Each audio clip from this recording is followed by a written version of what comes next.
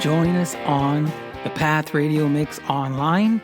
And to get there, type in thepathradio.com. That's thepathradio.com.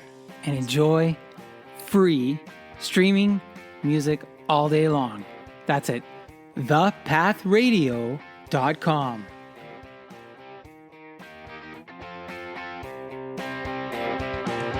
All right, now let's get to the main show, the Monthly Social Podcast, with me, your host, Guido Perino, as you go on with Guido.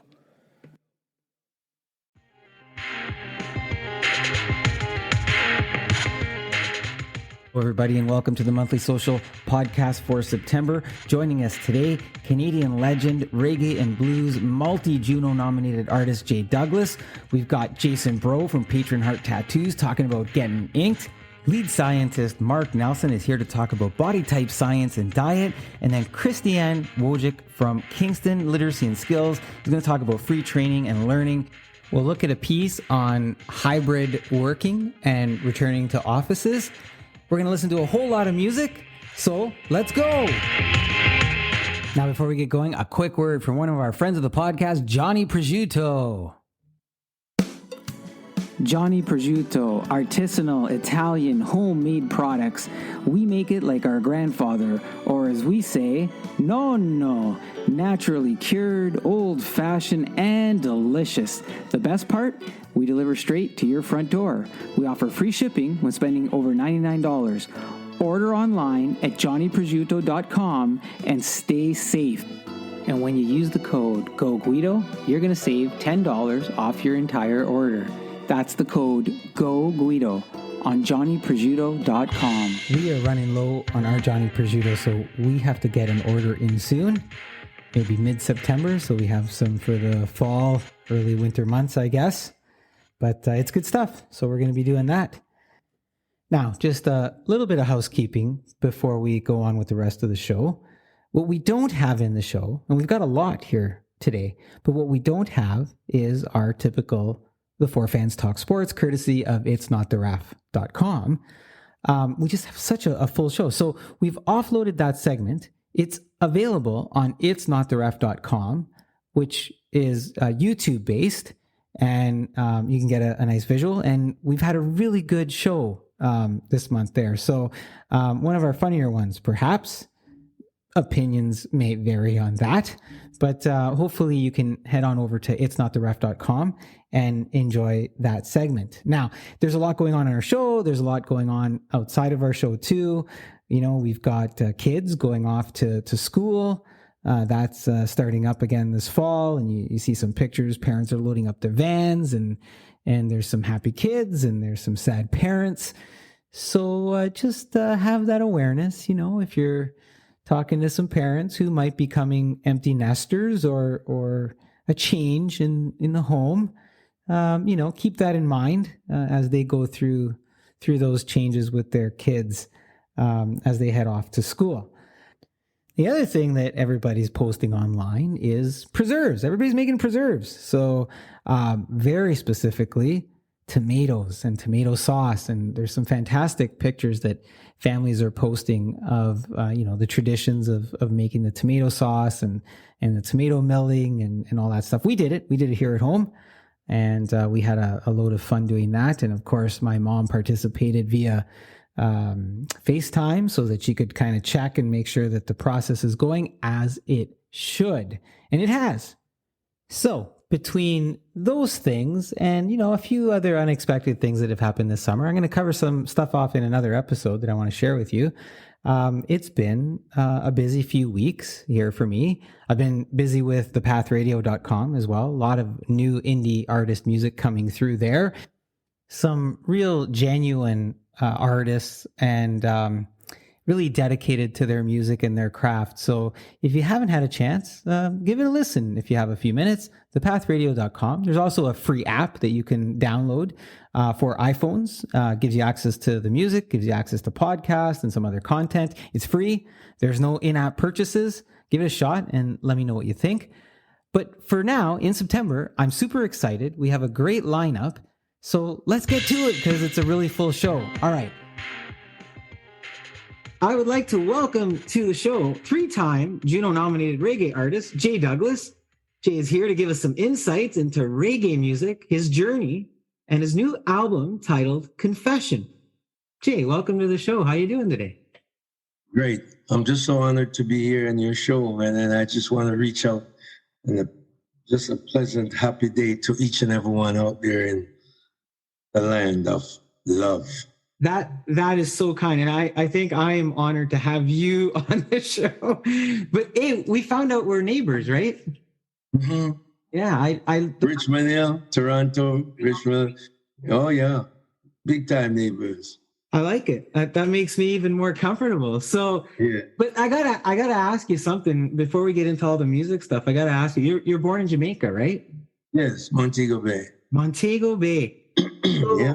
So you decided to come and enjoy the Canadian winters, Jay? Like all those. Yeah, because my mom came here as a domestic worker.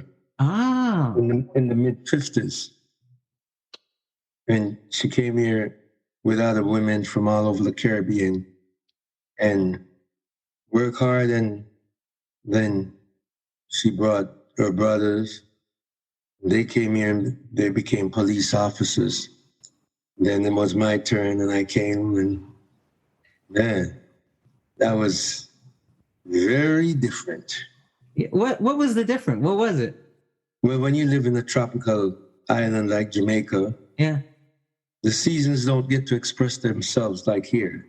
Here you can see the different seasons and live them. There it's mostly, for example, here in the fall, the leaves are gone. They're going. They become a beauty. They're very colorful. You don't see that in Jamaica. If you see it, it's not that pronounced, you know?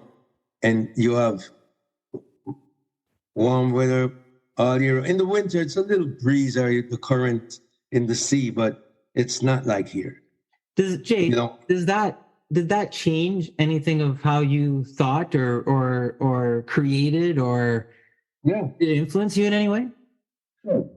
Because when I came and I arrived, it was very cool. It was late October, and I just coming through the customs and the questions you have to answer. You know, you're in a different world. And then you go out into the car, they had to take a coat for me.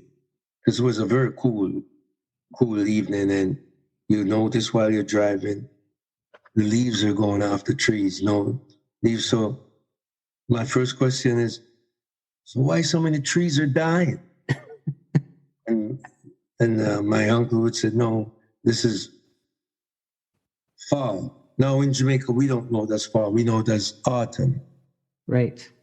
Yeah, so right away, I realized that this is nature explaining herself.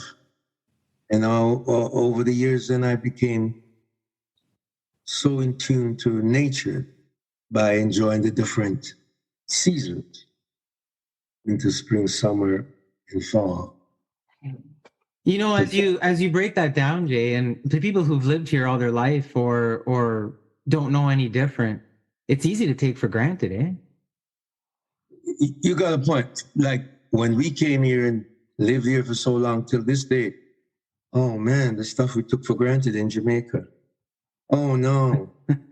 It's true, because we had the beach, the sea, which is God's gift mineral to your body. Yeah. You want to clean your pores. The largest organs of your body is your skin. Now, those pores needs flushing. And the best way to flush it is to go to the beach. So the salt, the mineral, we took so much for granted. Just like what you're saying. The fruits, you know, just to go and pick a mango or an orange in the morning with dew on it. It's just, now I'm enjoying it when I go home. You want to go pick an orange, go to the supermarket. You know what? So Jay, you're making me think back. Many years ago, I was in Hawaii, and we were on one of these tour buses or whatever, and the tour bus guide says to us, he says, look, we're going to pull up the road. I'm going to let you off the bus. If you want to go and pick fruit from those people's yards, go ahead and do it. they'll be happy to see you pick fruit and eat it. Oh yeah. And I'm thinking to myself, this guy's setting us up. Like, we're gonna go do this, and somebody's gonna come yell at us that we're taking their fruit. But he said the residents, there's so much of it. They're happy to see people come and eat off the tree, like the same day, just pick it and eat it, which is a different way of life. You can't get any closer to nature than that. Yeah. Very therapeutic. So Jay, let's talk a little bit about the music. I want to start with reggae itself, which I believe, and you're going to educate me and some of the listeners, I think, today. I believe it has its origins in Jamaica. Yeah, it does. Partly. So partly. So maybe you'll explain that a little bit to me. But then, what makes reggae music? Let's just start there. Okay, let's get one thing. The reason why I did this album, Confession Blues, it's a blues. You're ahead of the game here, because I was going to ask you a question about that. So go ahead. Okay. All right. Let's put it this way. Had not been for the blues, we wouldn't have had reggae. So I'll save the rest for you. Okay. But reggae now, with the influence of the American blues, there are three sectors.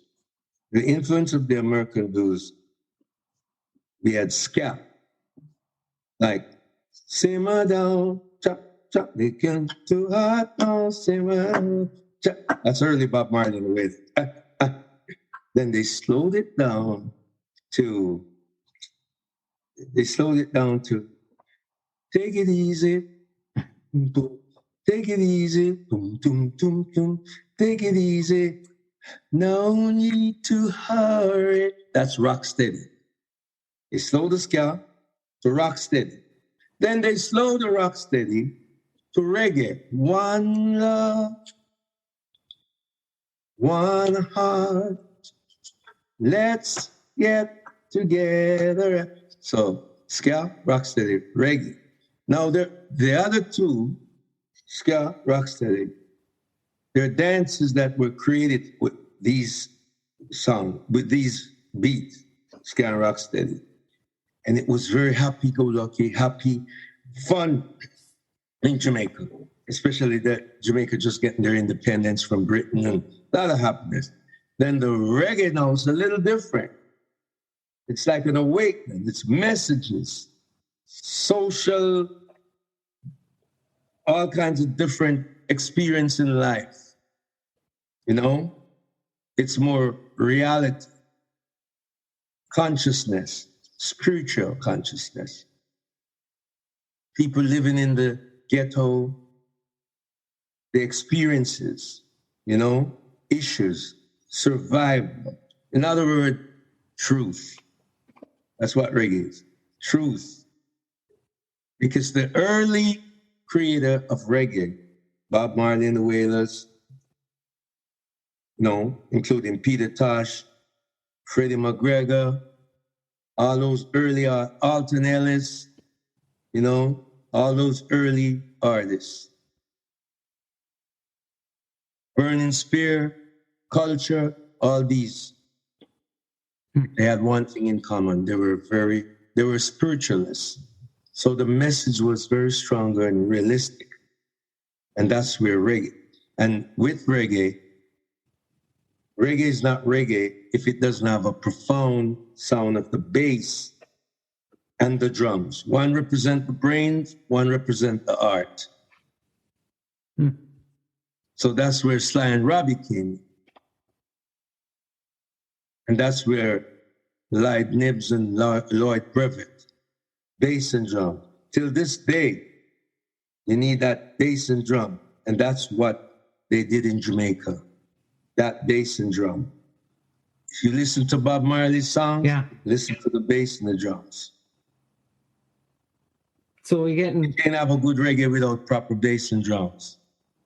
We got the deconstruction of reggae, like with the three parts, the history, and the meat and potatoes on it. I didn't know 90% of that. I just listened to the songs. So very interesting. Yeah, no, this is very, very interesting. Very insightful. I'll give you another example. Yeah, shoot. All these music are connected just like you and I. We're connected spiritually. Take it and tell your preacher man or whoever. We are connected spiritually. And the spirit has no color and love has no color. The music and us are connected. It's all energy and forces. Yeah. And the sooner we realize this, we can have a healthier and better environment. I love it. Because it's important to know where we are and where we're going. Because if we don't know where we're going when we get there, we won't know where we are. And important to know where we came from. Yes. Okay, look, right? with the help, yes, of technology, look, you and I communicate, sharing peace and love. And we're nowhere without a certain energy, force, and it's called electricity. But it's energy, just like the spirit.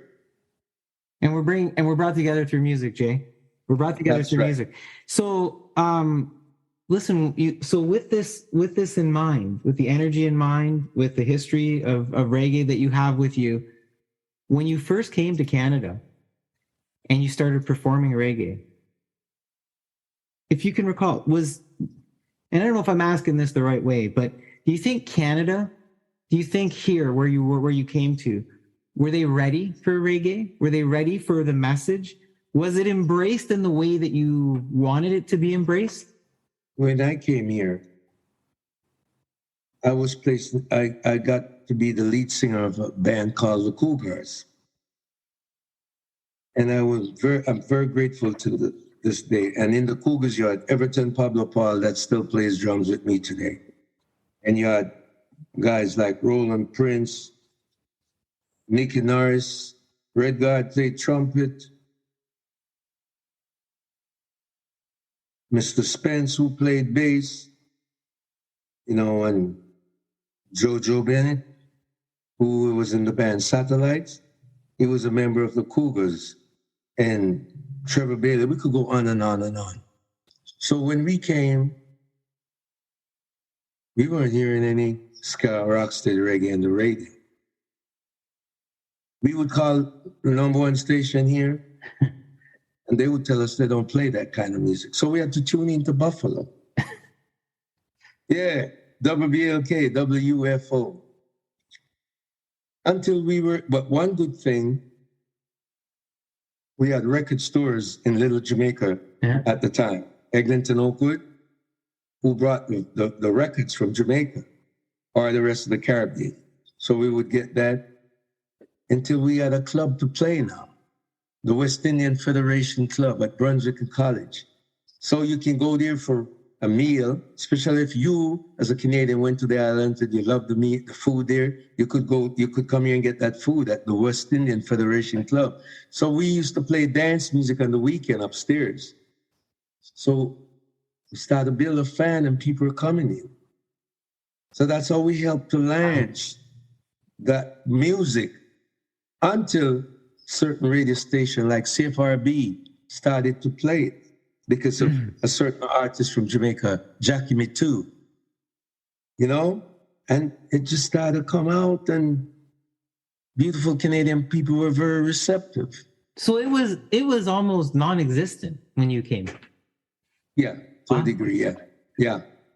And then we had the band I sang with the Cougars. Eventually we got so good in Toronto, playing at the big clubs, like Cocktail and Yonge Street all over. After a while, no place for us to play. We decided we're going to go on a tour, go on the road. Right on. And we went up through the North Country, Barrie, North Bay, Northern Ontario. Thank God, that's when I realized how beautiful this country is. Then we crossed over into Quebec until we end up in Montreal. And they love the reggae. They love the rocksteady. They love the ska. But we learned to play Motown and all that other stuff too. Right on. Yeah. Jay, what drove you? What inspired you to reggae above all else? Like, was it just was it cultural? Like when you came over, like was that part of your culture, or did something else inspire you to reggae music? Yes. the divine guidance of the Spirit, Jah. Tell me about that. Yes. You know, first of all, I'm very blessed to be a singer, to be an artist. Yeah. But it's not all on my doing. We're all gifted. We're all given a gift. The world is a big stage and we all have a part to play. And being an artist was just so wonderful. Meeting people all over the world. Seeing this country inside out, from coast to coast. What a beautiful country Canada is. Natural resources on top. And this all came about because of the gift that God has given me.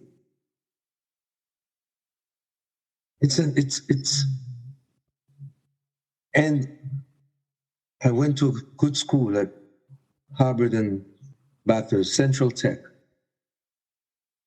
And that was another experience coming from a little island from Drake to this huge, the largest technical school in the Commonwealth. And they taught me well and they helped me with the music there too. And then it's just the journey. When I would go anywhere and said, I'm from Canada, they treated me so good. All over the world. So it sounds like from a spirituality perspective, it's very intertwined for you when it comes to reggae music. And in the reggae music, you could advance your spirituality and you gave to it what it would give to you. There was a give and take between the art itself and the spirituality that seemingly made you happy as you enjoyed all the different things that you saw around you and traveled and met people and were inspired by all those things. Well, you couldn't put it any better, man. Take it easy with me. Take it easy with me now, bro. You got it. You got it. That's what it is. Well, you use the words. I'm just validating that that's what I heard, Jay. So that's what it is. Yeah. So until this day. No, and that's great. I mean, you talk a lot to artists when we talk about music and we talk about why do you say the things you say? Why do you sing what you sing? And sometimes things just rhyme. And then other times things have deeper meanings, right? And I think when people listen, and like me too, like I'm a fan, right? I'm a fan and I listen to the different music and I want to know what is the artist feeling something when they're doing that or when they're saying that.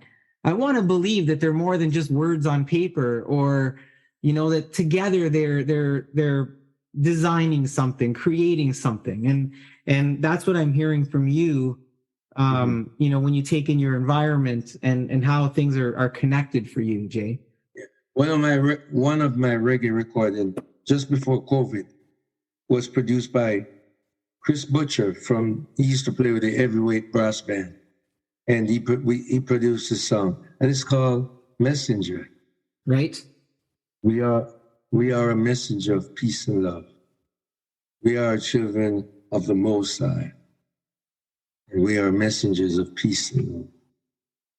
And that's what it is. Jay, is there an event that can be credited with the arrival of reggae music? And I want to say Canada, and you can correct me. Is it Canada? Is it North America? Like, do I include the United States? Is there an event that we can credit with its arrival here and people going, yeah, man, I like that. It's here. Well, you know what? It starts in the UK. Reggae, for example, in the early years before Bob Marley started to tour, he wrote a song that's called I Shot the Sheriff. and at the time, Eric Clapton was signed to Island Records, and the owner of Island Records is Chris Blackwell, who grew up in Jamaica from he was a kid, but he was born in Britain. He was the one who was responsible for bringing Bob Marley and the Wailers to England. And Mr. Blackwell asked Eric Clapton to cover I Shot the Sheriff. And it jumped out of the charts big time. A lot of people didn't know it was Bob Marley's song. Oh, wow. Because nobody knew him. Yeah. But the British artists, they were in tune to the reggae. The Rolling Stones, for example, Mick Jagger did a Motown cover song, Don't Look Back. That was done by the Temptations. And he did it with Peter Tosh. Big hit. The British artists, they were the pace setter with introducing the world to reggae. And then it came to the United States and Canada. But the big Bob Marley. So Bob Marley is the focal point that Sure. For that transition. Also Millie Small, My Boy Lollipop. Those two. Oh yeah. And all those English artists covering reggae from when? Yeah. But Marley and Millie Small, you know. There are other artists, you know, but the Wailers, man. Bob Marley and the Wailers and Millie Small and you have other artists like with Jackie Edwards and other artists, but So Bob Marley and the Wailers. Jay, you've worked with a lot of a long list of different reggae stars, and one of them, you correct me again if I'm wrong, was Ziggy Marley. That's Bob Marley's son. I opened for Ziggy. So at the Phoenix. At the Phoenix. So what was your relationship to Bob? Like, how did you playing with Ziggy come to be? Like, can you give us some insights on what that was? Or all right, before Jay tells us about his experiences with Bob and Ziggy Marley, let's hear from one of our friends of the podcast, Chaser's Juice. Hi, I'm Richard Chase, introducing Chaser's Fresh Juice, a local business in Toronto. We've been in business for over 20 years, initially supporting our local Toronto area and now servicing all of Canada. Chaser provides fresh organic juices, ingredients including citrus zests, dehydrated garnishes, and fresh citrus peels to enhance any cocktail or recipe you can think of. We have successfully supplied restaurants, distilleries, craft breweries, and bakeries across the country. Reach out to orders@chasersjuice.com for any questions you may have. We are a customized fresh juice company, and I'm sure we can help you. Thank you. Chaser's Juice is one of the best juices I've ever tasted. If you get a chance to, reach out to Richard, or there's several restaurants in the Greater Toronto area that serve his product as well. So check that out. Now, let's get back to our chat with Jay Douglas, who is telling us about his experiences with Bob and Ziggy Marley. You correct me again if I'm wrong. Was Ziggy Marley? That's Bob Marley's son. I opened for Ziggy. So at the Phoenix. At the Phoenix. So what was your relationship to Bob? Like, how did you playing with Ziggy come to be? Like, can you give us some insights on what that was? Or I was very blessed to ask to be the opening act for Ziggy Marley at the Phoenix, but I've never met him before until that time. But because I met his dad in the early years at Studio One, the recording studio, in Jamaica. I met his dad when his dad was just starting audition. So you were both back in Jamaica, met back there, and then kind of took the paths over. Yeah, I met Bob at Studio One as a young with the Wailers. Yeah. Excuse me, because I was there to audition too. Cool. So I met him there, and then after we met again, and we talked and we reminisced. He found it funny. We laughed. And then years later, you end up opening for Ziggy. And then I told Ziggy the story about it and about his dad, stuff he didn't even know. And he asked the cameraman for us to take pictures. Do you have a story that you could share with us, or with who? About with us? Any stories of having met Bob or playing with Ziggy or anything of the sort? Well, we auditioned the same time on a Sunday afternoon, and His song was Simmer Down, and let me tell you, it was hard to get attention to my song and the others. Oh, man. Oh, Lord. Oh, we had to go back another day, and man, Simmer Down was just hot, crazy. And the rest is history, man. Big time. Was he as calm when he wasn't singing Very, as when he was? very calm. It's amazing. Now, every time I listen to the song, I said, man, this guy was way ahead of his time. No kidding. You listen to the lyrics of Simmer Down, and he was driven. He was just so driven at that young, early age. He was way ahead of me. No kidding. And the rest of the Wailers, Bunny Wailer, it was interesting. Only if I had the vision to get the camera out on my cell phone. Okay. It doesn't matter. Such a rich part of history to be a part of, and to now yourself have so many accolades as well, of which you've been nominated 3 times for Juno Award.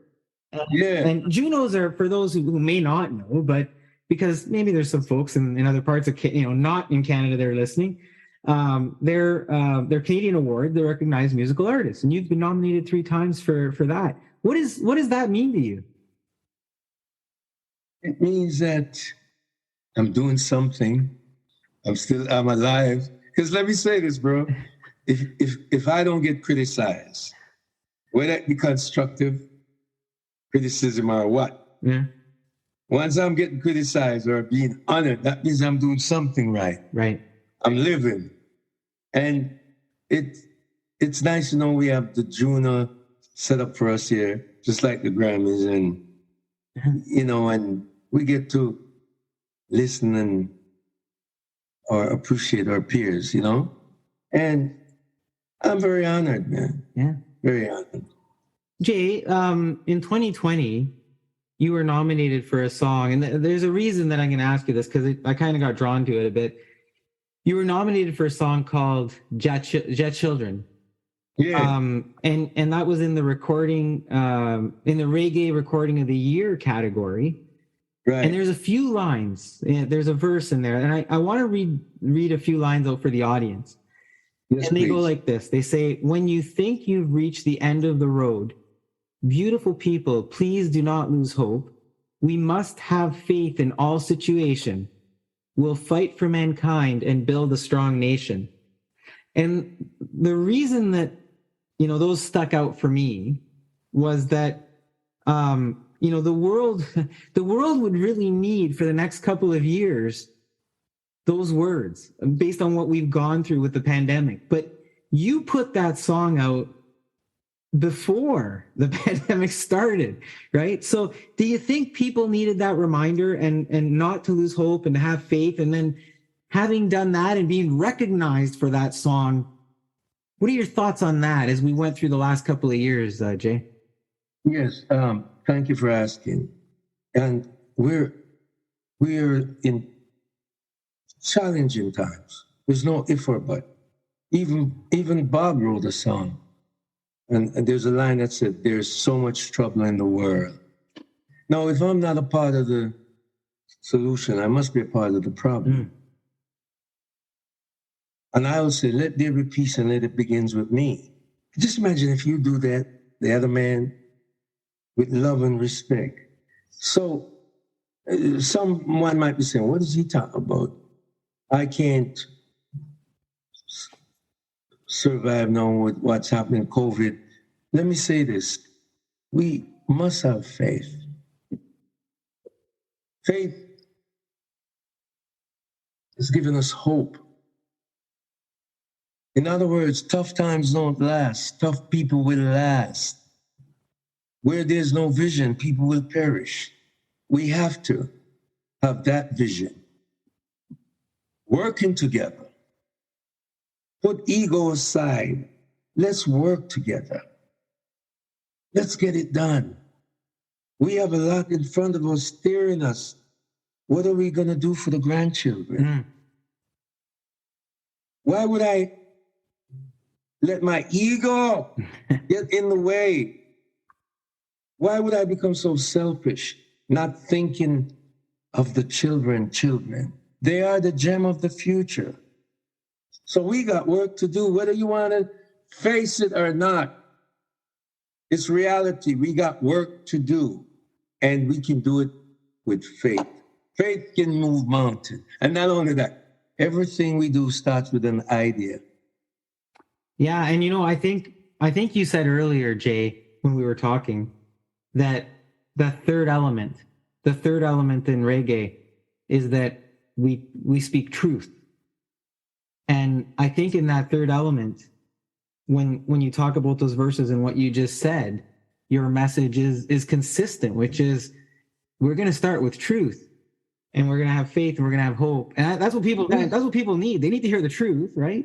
Yes. And then with that, let's get some faith and hope mixed in, yes. Right? Especially, and send the message. Especially for the children, the grandchildren. We must lead by example. Why wouldn't I sing? I want to sing songs of substance. I'm not trying to be no preacher man and trying to win. It's reality. Yeah. Reality. Give them hope. They're asking a lot of questions. Yeah.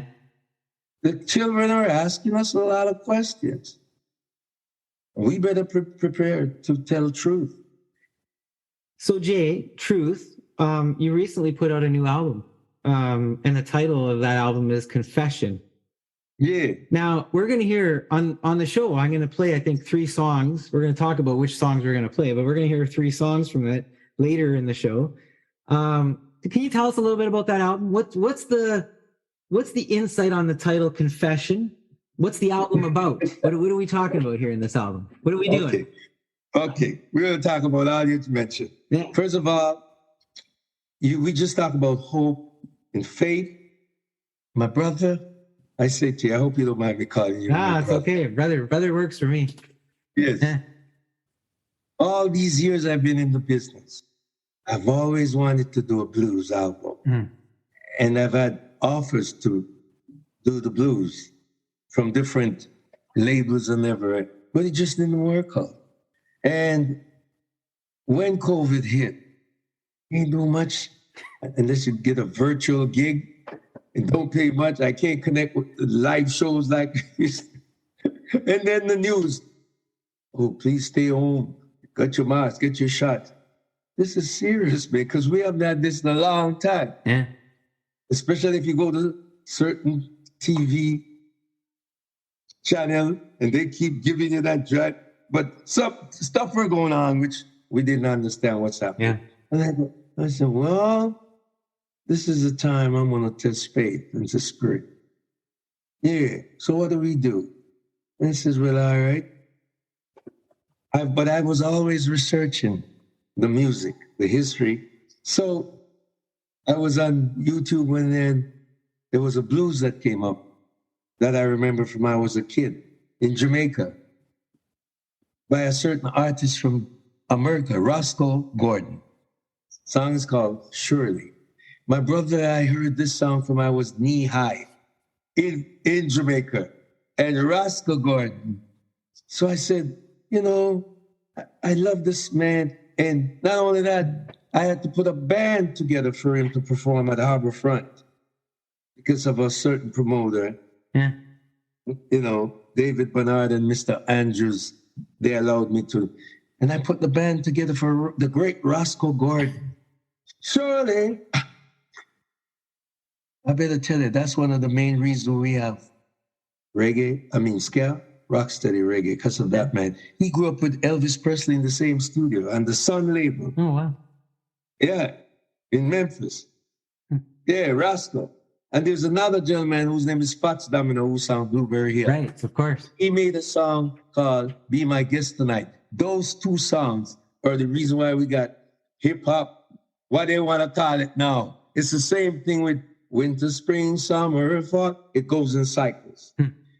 But my idea was, well, I better respect this foundation and give them B.B. King, all these guys. Oh, he was great. He died so much. You don't hear much about these foundation people that give us what we have today. James Brown, hip hop. You should hear him early years, you know, Bobby Blue Bland, T-Bone Walker. Oh yeah, T-Bone. Yeah. Name them. Yeah. You know, Ray Charles. Yeah. And I researched all at once. I said, well, and then I had a good producer in Eddie Bullen, one of the best we have in Canada in the world, lives out Markham from Thunderdome Sound. He says, Jay, let's roll. He says, you don't have COVID, I don't. Let's make music. And it took us a little over 2 years to put this album out. It's all with great foundation blues artists who allowed us to be where we are today. Had not been for the blues, you would never have rock and roll and Elvis Presley, all of them. The blues is the blues, and it ain't nothing but the blues. You know, Jay, you keep revalidating stuff, because earlier we said you got to know where you're going, and because if you don't know, when you get there, you won't know where you are. But you got to know where you've been, and you've done that with this album by respecting the past, by respecting the foundation, by respecting some of the founders, and I think that's important. It's important because when we do that, I think it pours out into the music. It pours out into you know, how we perform or what we're providing to the audience. But there's another piece I want to ask you too. And sorry, go ahead. There was a great artist here. He just died the other day, Ronnie Hawkins. Yeah. Yeah. He came from the Southern United States. Right. That's a blues man. Right. Look how many great musicians he turned out. Praise to the Ronnie Hawkins. Yeah. You know, Bob Dylan respected that man to the max. Yeah. All these things are connected. Sorry to interrupt. No, and I'm glad you mentioned Ronnie. That was a good mention.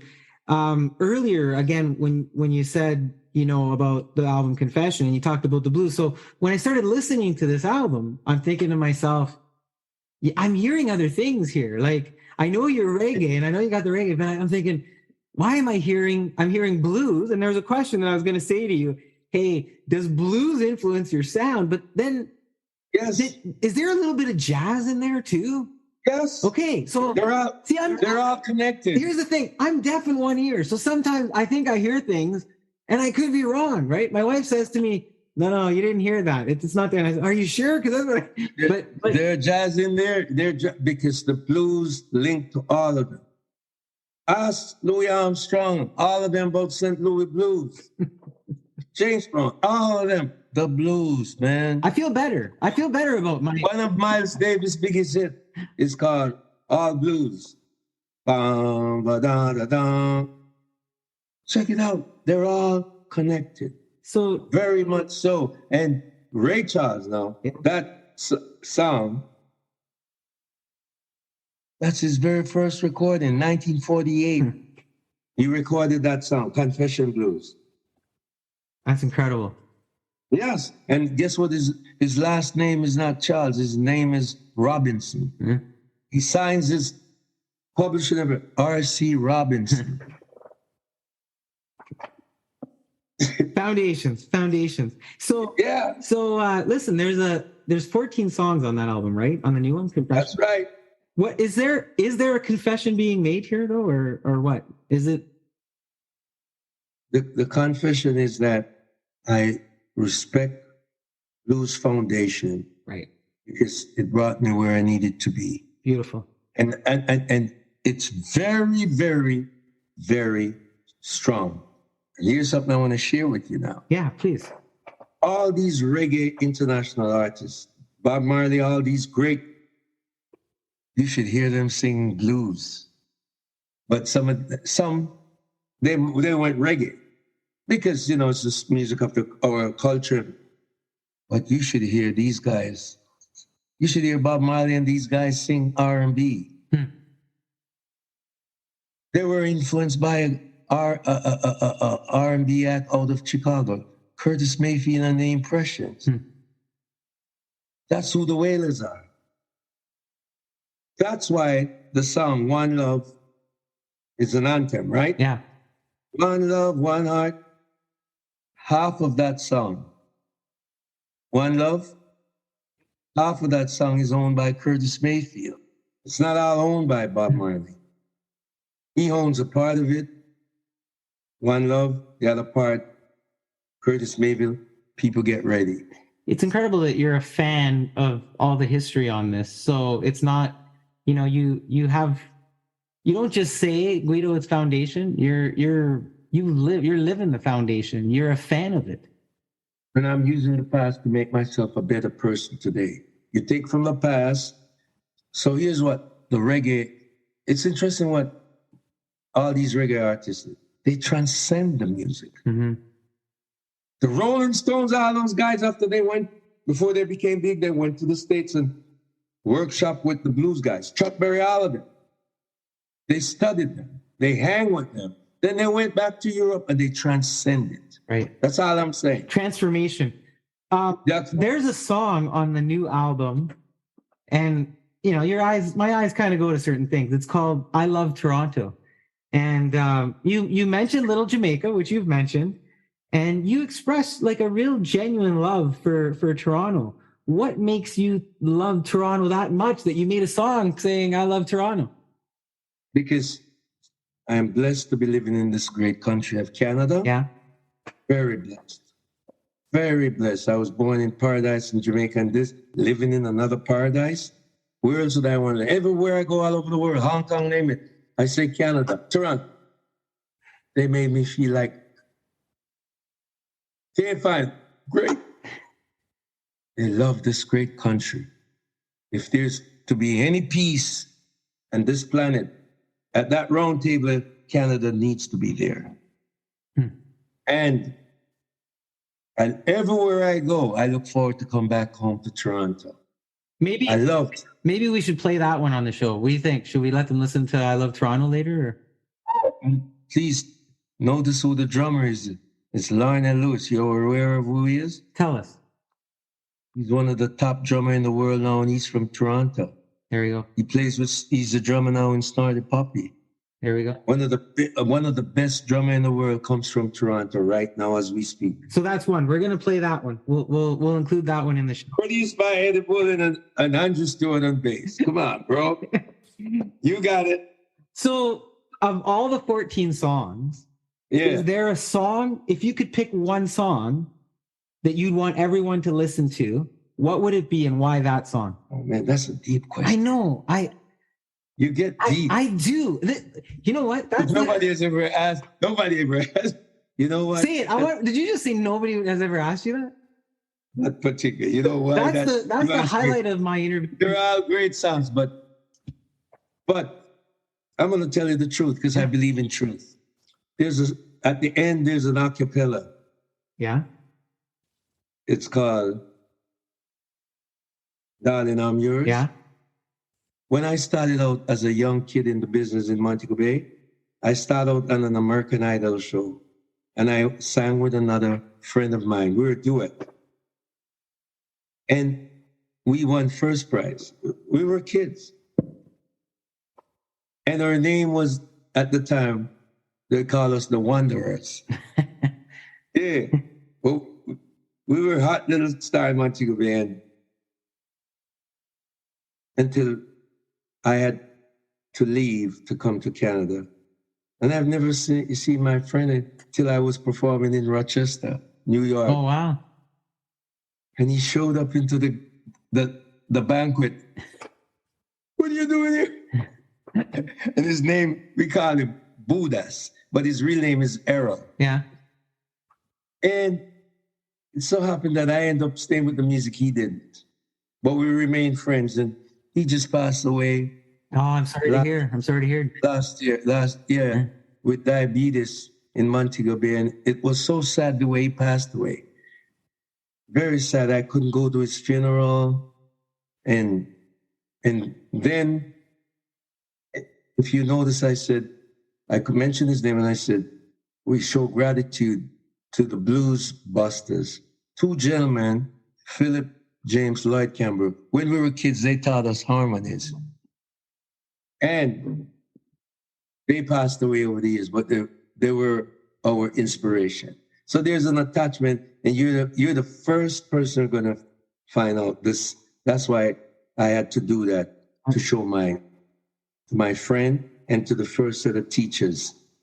Darling, I'm yours. Yes.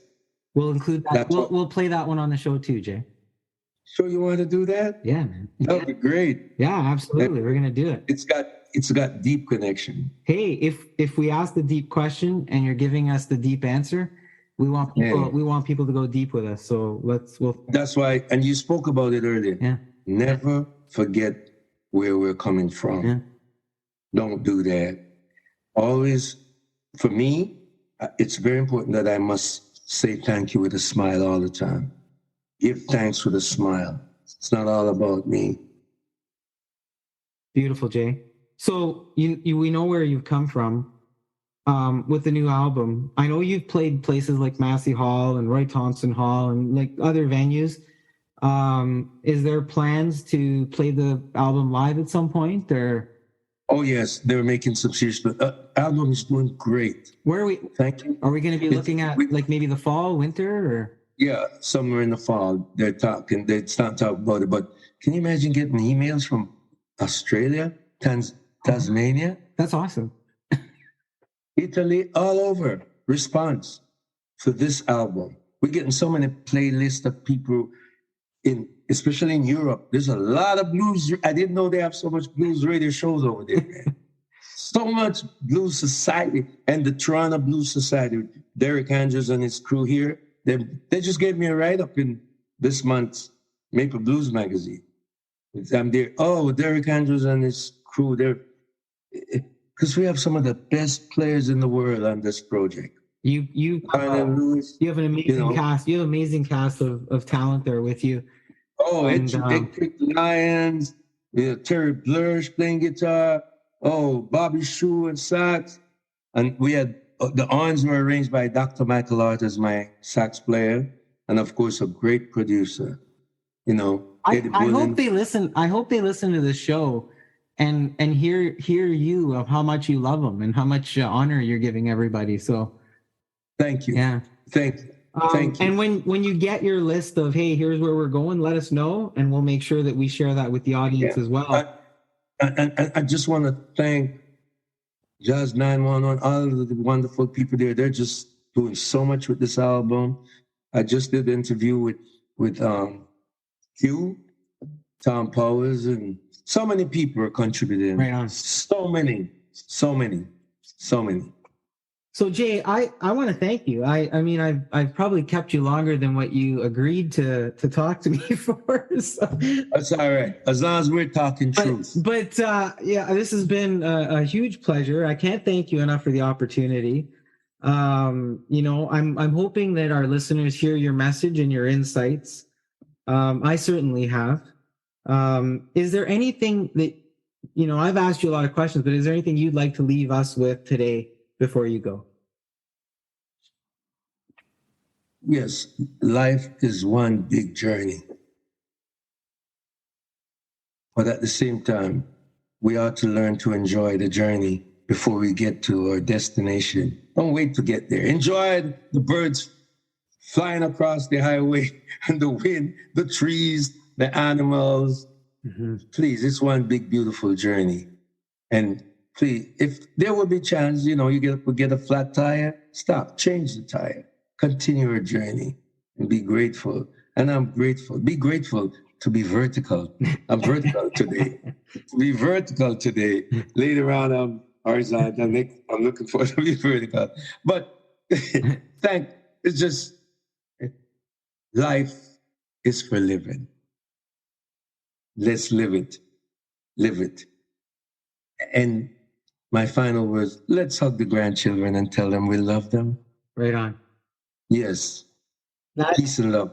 That is truth from 3-time Juno nominated Canadian reggae icon Jay Douglas. I will have all of Jay's contact info and links to music in the podcast notes. Again, thanks for being here, Jay.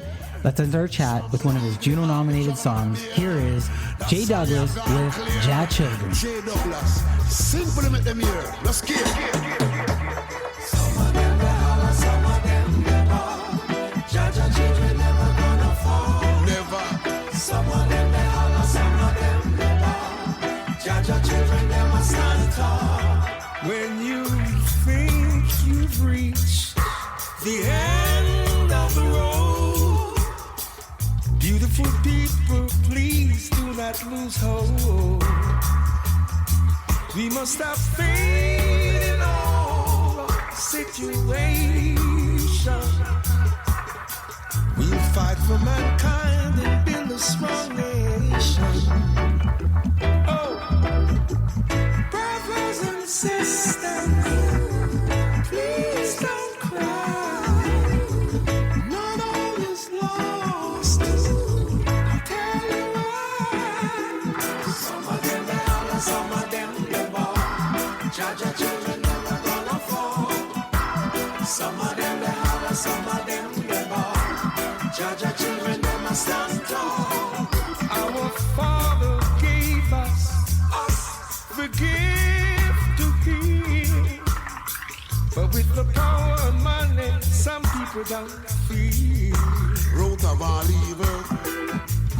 All the caregivers, don't be divided. Your skills and talent must be provided. Sure.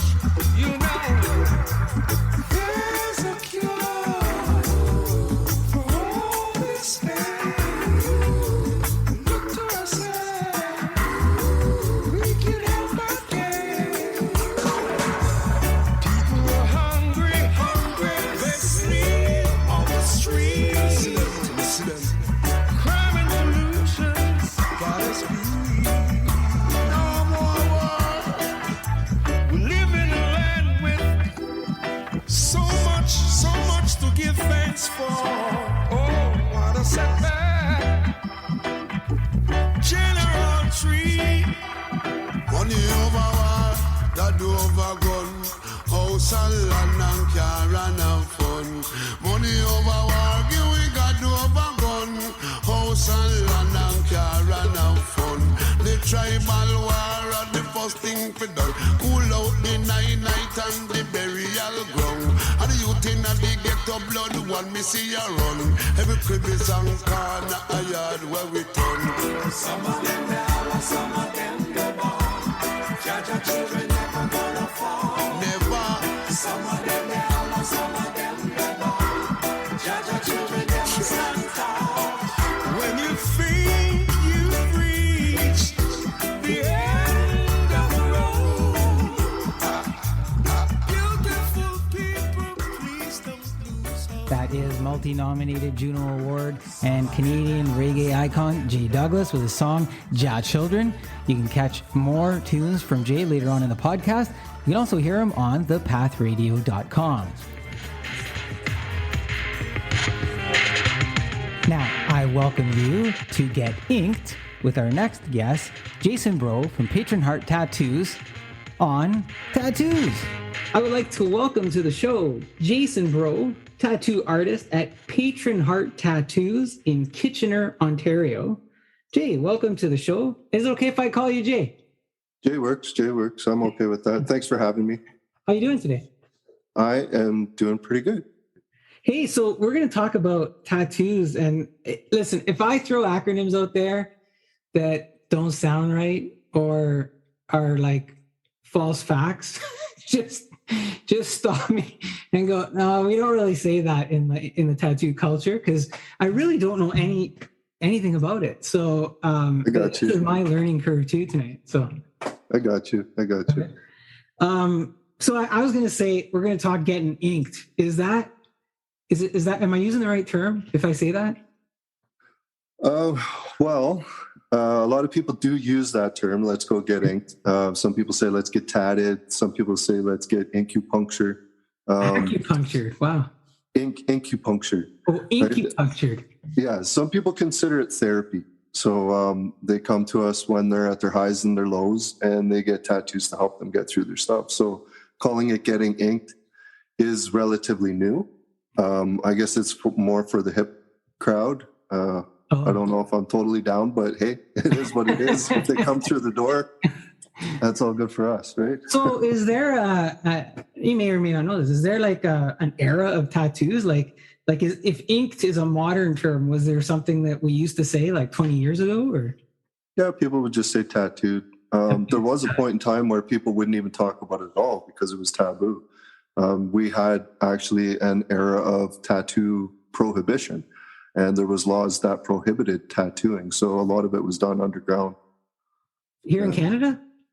In Canada and in the United States, yeah. We had to wait for permission to be able to, and it took a lot of lobbying to legalize tattooing in North America. I did not know that. So we've come a long way in that realm. So Yeah. how long have you been in the business? I've been tattooing for about 15 years. I'd say 13 professionally and 15 when I just kind of started to try to figure it out on my own. Before that, I was an addictions counselor. Before that, I was into a whole lot of other stuff. So tattooing kind of pulled me in a new direction. And at a point when I wasn't sure what to do next, tattooing just kind of fell into my lap. So I was going to say, you started doing it on your own, like just experimenting? Yeah. So unfortunately,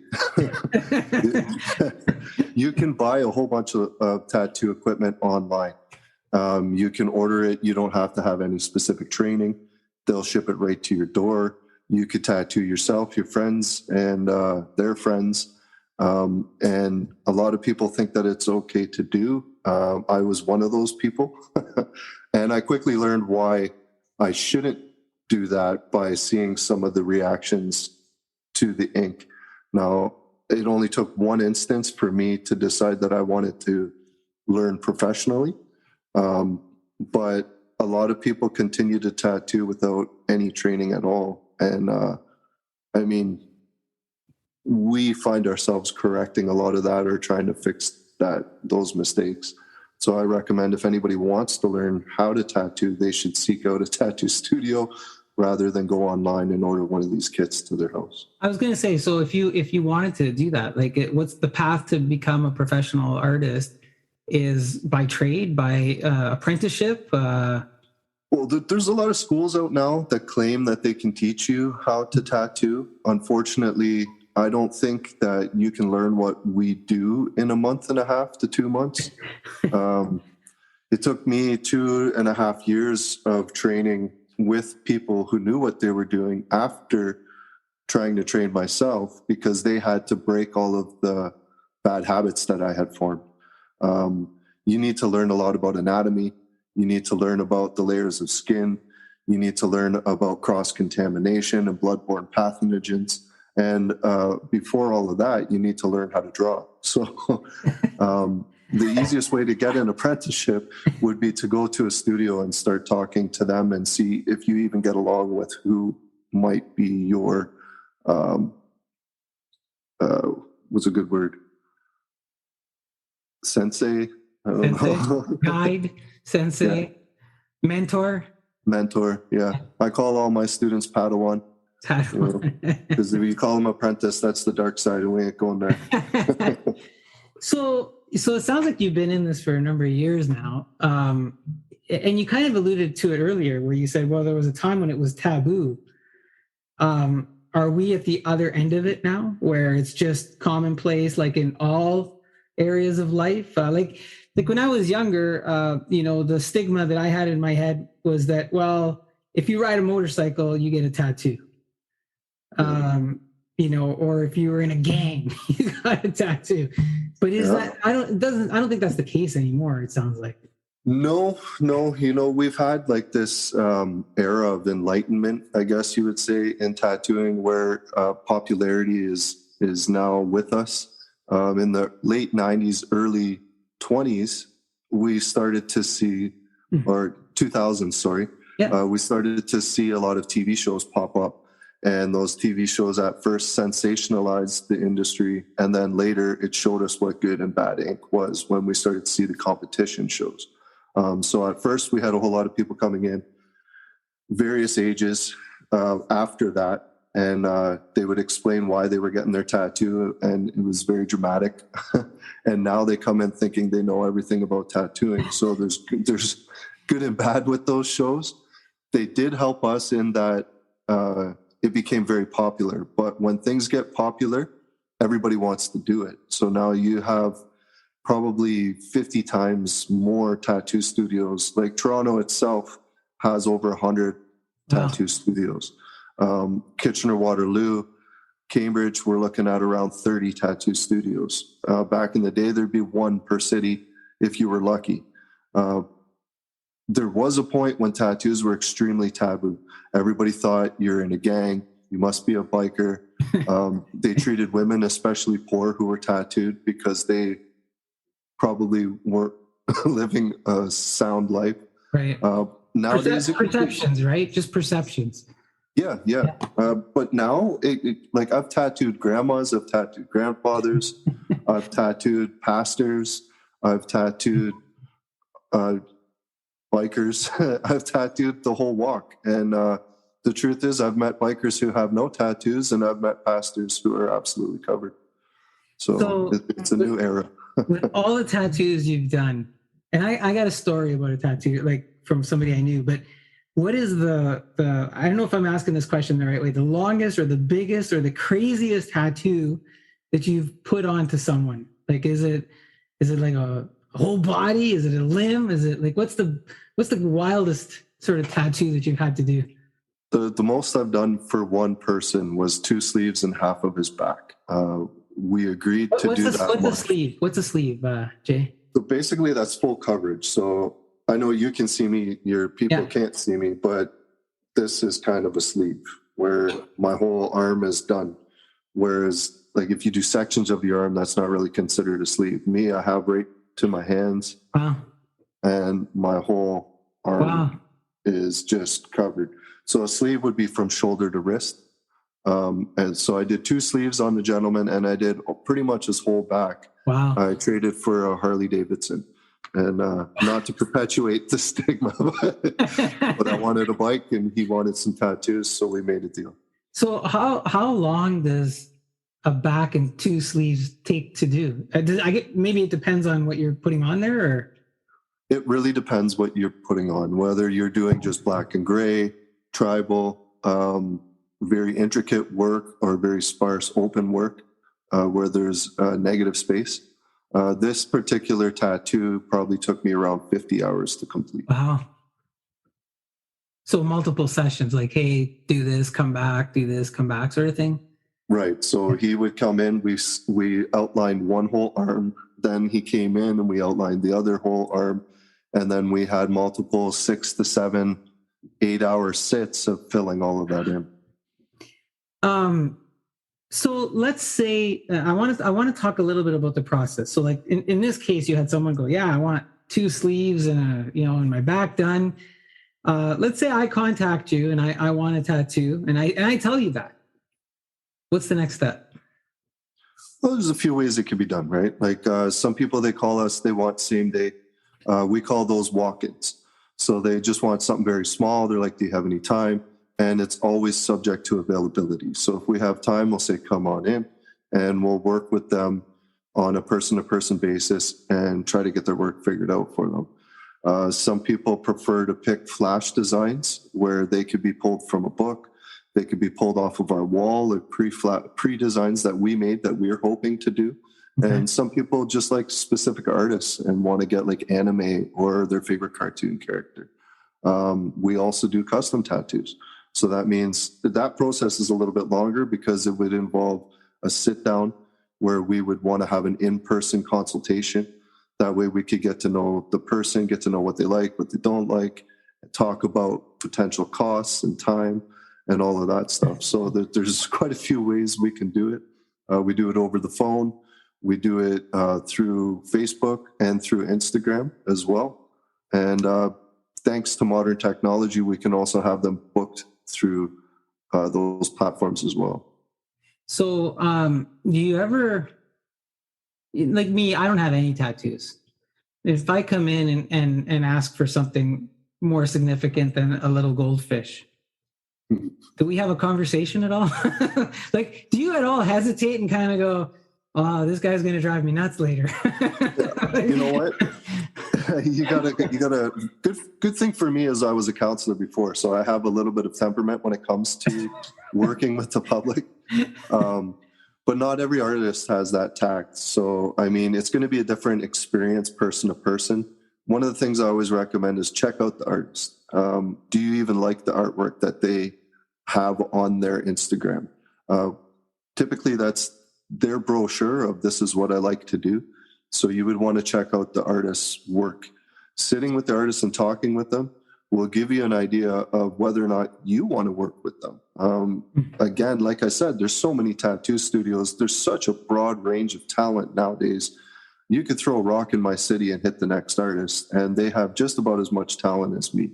I'm not going to say I'm better or worse than anyone, but we're blessed in this city. We got a lot of amazingly talented people. So if I don't know how to work with the person, somebody's going to know how to work with the person. So it's good to attach sentiment to your tattoo.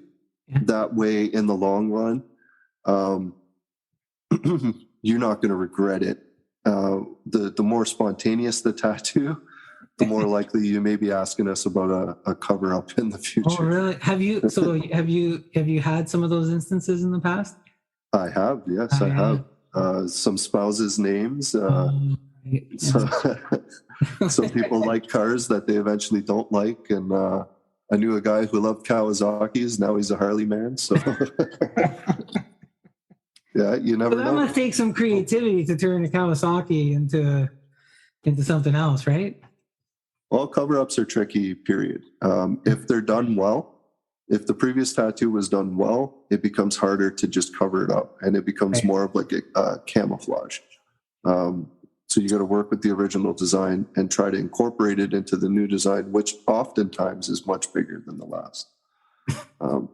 Worst case scenario, we send them for laser, and laser costs way more than the tattoo procedure.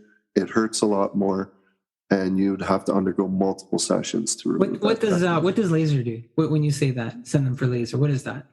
So there is now laser tattoo removal. It's ultraviolet condensed laser. So they use this ultraviolet light to disperse the ink, and your body then can remove the pigment and you send it out. Yeah. Wow. So listen, on that note, let's talk a little bit about when someone gets a tattoo, what exactly is happening? I don't quite get the thing. So is ink being injected into my skin? How does it stay there? How does it not bleed? Like when I bleed out like a watercolor? What's actually happening? Well, there's a few things that are happening during the process. Unfortunately, diet can affect it. And how healthy a person is can affect it. If they don't eat before they come, if they drink before they come, this could affect how their tattoo heals. Say they drank a whole lot the night before, when they come in to get tattooed, they're going to bleed quite a bit during the process, and it's going to make the skin a little bit more traumatized in the end. Say we're working with a healthy person who drinks lots of water, the tattoo process should go pretty good. We are definitely injecting ink into your skin. So we use a needle, which uses the tattoo pigment, which is in a carrier fluid. We breach the top layer of skin. So you have 3 layers of skin: your epidermal, your dermal, and your subcutaneous. We're trying to inject into the top 2 layers, or at least in between the top 2 layers. If we breach past the secondary layer and hit the subcutaneous, then what happens is what we call a blowout. In that case, your tattoo doesn't look as clean on the surface, and it even has what looks like a permanent bruise underneath. So for the sake of tattooing, it's not like a hypodermic needle where you inject the needle through all layers of skin and then into a vein or into muscle tissue. We just kind of try to dance just under that first layer of skin, which is about as thick as your nail is if you flick it up and down. If we go past that, then the healing is going to take longer. And the tattoo probably will age very poorly. So it's interesting because I said to you, I had this one tattoo example. I knew this fellow who got, I don't remember what the tattoo was about, but he had his entire outer leg tattooed in, for 3 days later, it was bleeding and it looked like there was some, I don't know, something coming out of his tattoo. It didn't look healthy. His entire leg was like all red, and he was bleeding. And what's interesting to me is that when you said if you drink before you get your tattoo, and he had drank quite a bit before he went and got this tattoo, and I'm like, oh, that's the connection. That's probably what has started to happen for him. Maybe. Maybe. Secondly, what could have happened, what that sounds like to me is a staph infection or staphylococcus. Oh, wow. So that would have been the beginning of his body starting to push out all of that ink. He may have had to use antibiotics to cool off the leg, and it probably was a very painful situation for him. So if proper care isn't taken by the individual after they leave the tattoo studio, there is a very good chance that infection and other things can happen. After all, we are opening up your skin. We're not opening it up in the sense that we are cutting you, but it's kind of like you just got a road rash. So we talk specifically about aftercare, how to take care of your tattoo. We give out forms to take home that explain exactly how you should take care of your tattoo. And we even leave it open for our clients to contact us should they see any complications so that we could work with them. And in worst case scenario, tell them, listen, go see your doctor. But you know what? That actually sounds, it makes me sound comfortable that you've got an education process, and that you're keeping in contact with the person, and there's some follow-up. It sounds like if they need the follow-up. So as opposed to, here you go, done, see you later. Right? Yeah, no, we appreciate repeat business, right? Yeah. So if we just kind of push people out the door and didn't care about them, then maybe we don't deserve to continue doing what we do. So I'm going to ask you a question, and I know you get asked this question a lot. I know you do, but I'm going to ask it, and then I'm going to say how much. So people say that getting a tattoo hurts. So I'm sorry. It's a newbie question. Does it hurt? Absolutely. Okay. Absolutely. How much does it hurt? Well, I guess that really depends what part of the body you're getting tattooed. Me, I have both my feet tattooed. Wow. They really hurt. I had my chest from my neck to my belly button tattooed, and the sternum area of my chest really, really hurt. My hands, I did both my hands the same day, and I thought there was a brief moment when I saw God. My rib cage was just about the same. I kept asking the gentleman to stop, and he goes, I'm going to charge you more if we keep breaking. So it really depends on what part of the body you're getting tattooed. But yes, they definitely hurt. And women almost always seem to do better than us guys do. What's up with that? I don't know. I just think they're tougher all around, period. But women keep coming back, and the guys, they faint and they pass out. That would be me. just put mats all around the chair or wherever it is. So does the hurt part, is it hurt during or hurt after? Both. All right, great. Both. So you are getting jabbed with needles, and those needles move at about 100 cycles per second. So by the end of your tattoo, you have about 1 million or more puncture holes in your skin. If someone really takes their time, then your skin is quite damaged by the end of the tattoo. It's going to take longer to heal. We call that overworking the skin. If that happens, then you're going to have a more painful heal than not. Say you don't wash your tattoo properly. You don't give it the time to dry that we recommend, or you don't use the creams properly, then you're in for a rough ride as well. So let's talk about that. Let's talk about that, Jason. So, because I was going to say, well, is there anything special you need to do after you get a tattoo? It sounds like there's some immediate care that you would have to do. Yeah. And tell me what that immediate care is. And then is there something I would have to do long term? Okay. So Immediate. So we recommend 8 to 12 hours with the bandage on. Some people, they'll leave the studio, they'll take the bandage off right away. We hate this. This gives all kinds of opportunity for bacteria to get into the open tattoo that has not even been washed before you get a chance to wash it. So we recommend at least 8 to 12 hours with the bandage on. When the bandage comes off, you have to wash it right away. I recommend to all my clients that they use a hand soap like Dove or Ivory.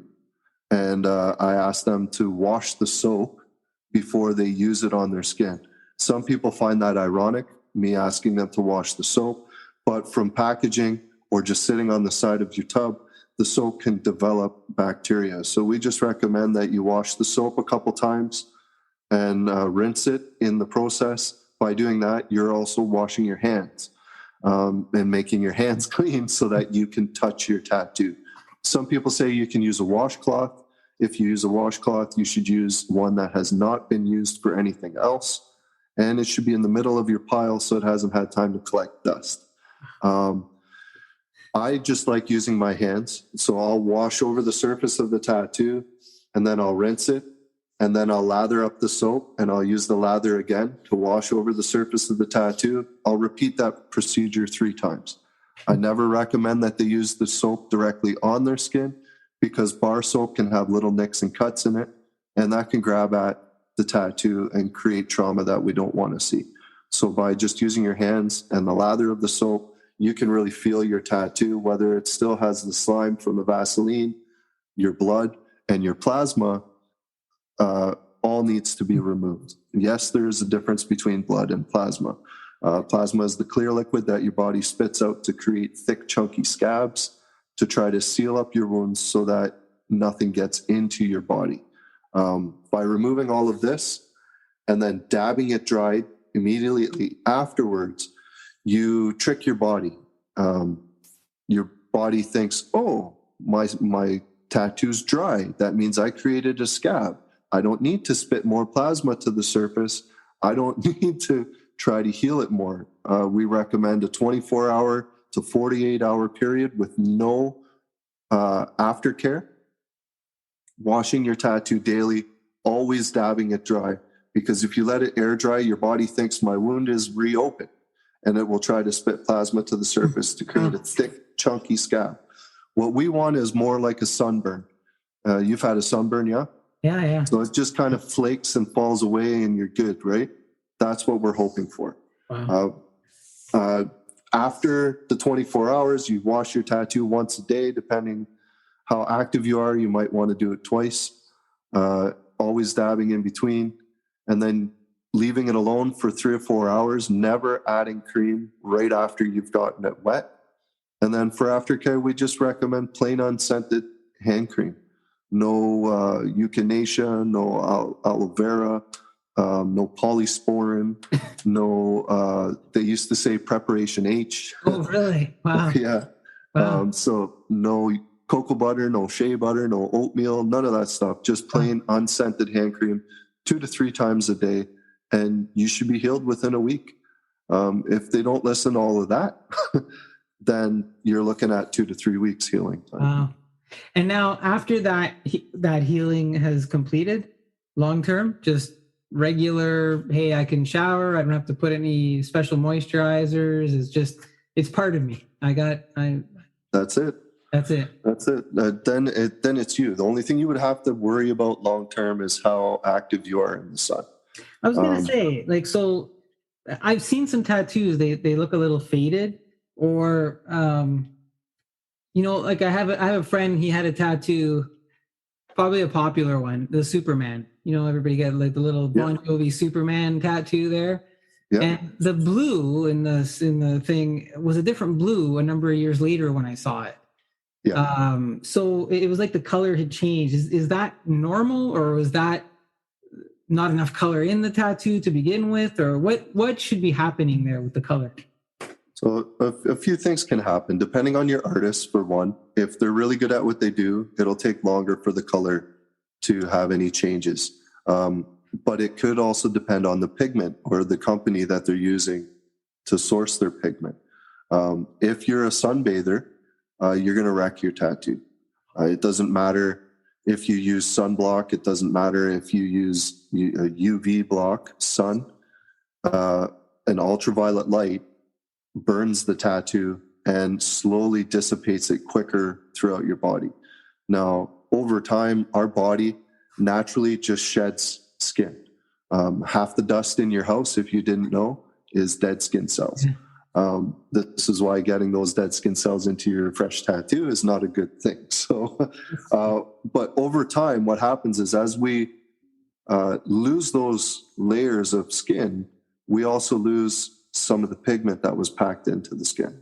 So it will, over time, appear lighter and lighter. And it's just because it's now raising to the surface with the new skin that's forming underneath the tattoo. Because remember, I said we try to deposit between the two layers. Yeah. Your top layer is taut, it's tight, it's weathered, it experiences environment, and it sheds away as it's damaged. The skin underneath where we inject the skin, this eventually becomes your new skin. So as this skin pushes forward, you lose a lot of the pigment that was placed. That's kind of an interesting process. Does that affect the detail of the tattoo ever? It can. So the thing is, and what a lot of people don't understand is tattoo pigment always remains liquid within your body. It never dries because your body is 75% water. It continues to keep the tattoo hydrated while it's in your body. So you could pop a pimple in your tattoo 10 years later, and some of that pigment will come out with the pimple. Is that why you said, you and I were exchanging some emails a couple of weeks ago, and one of the comments you made was it's living, like your tattoo is a living, it lives with you, it grows with you, it's a living thing. Is that what your reference was, or? Yeah. And the Japanese actually have a term for it. I can't think of it offhand. It's kurosumi or something sumi, which means living ink. It grows with you, it moves with you, it ages with you. Over time, any thin lines that you had that looked great, nice and thin when you first had it done, over time they get thicker too.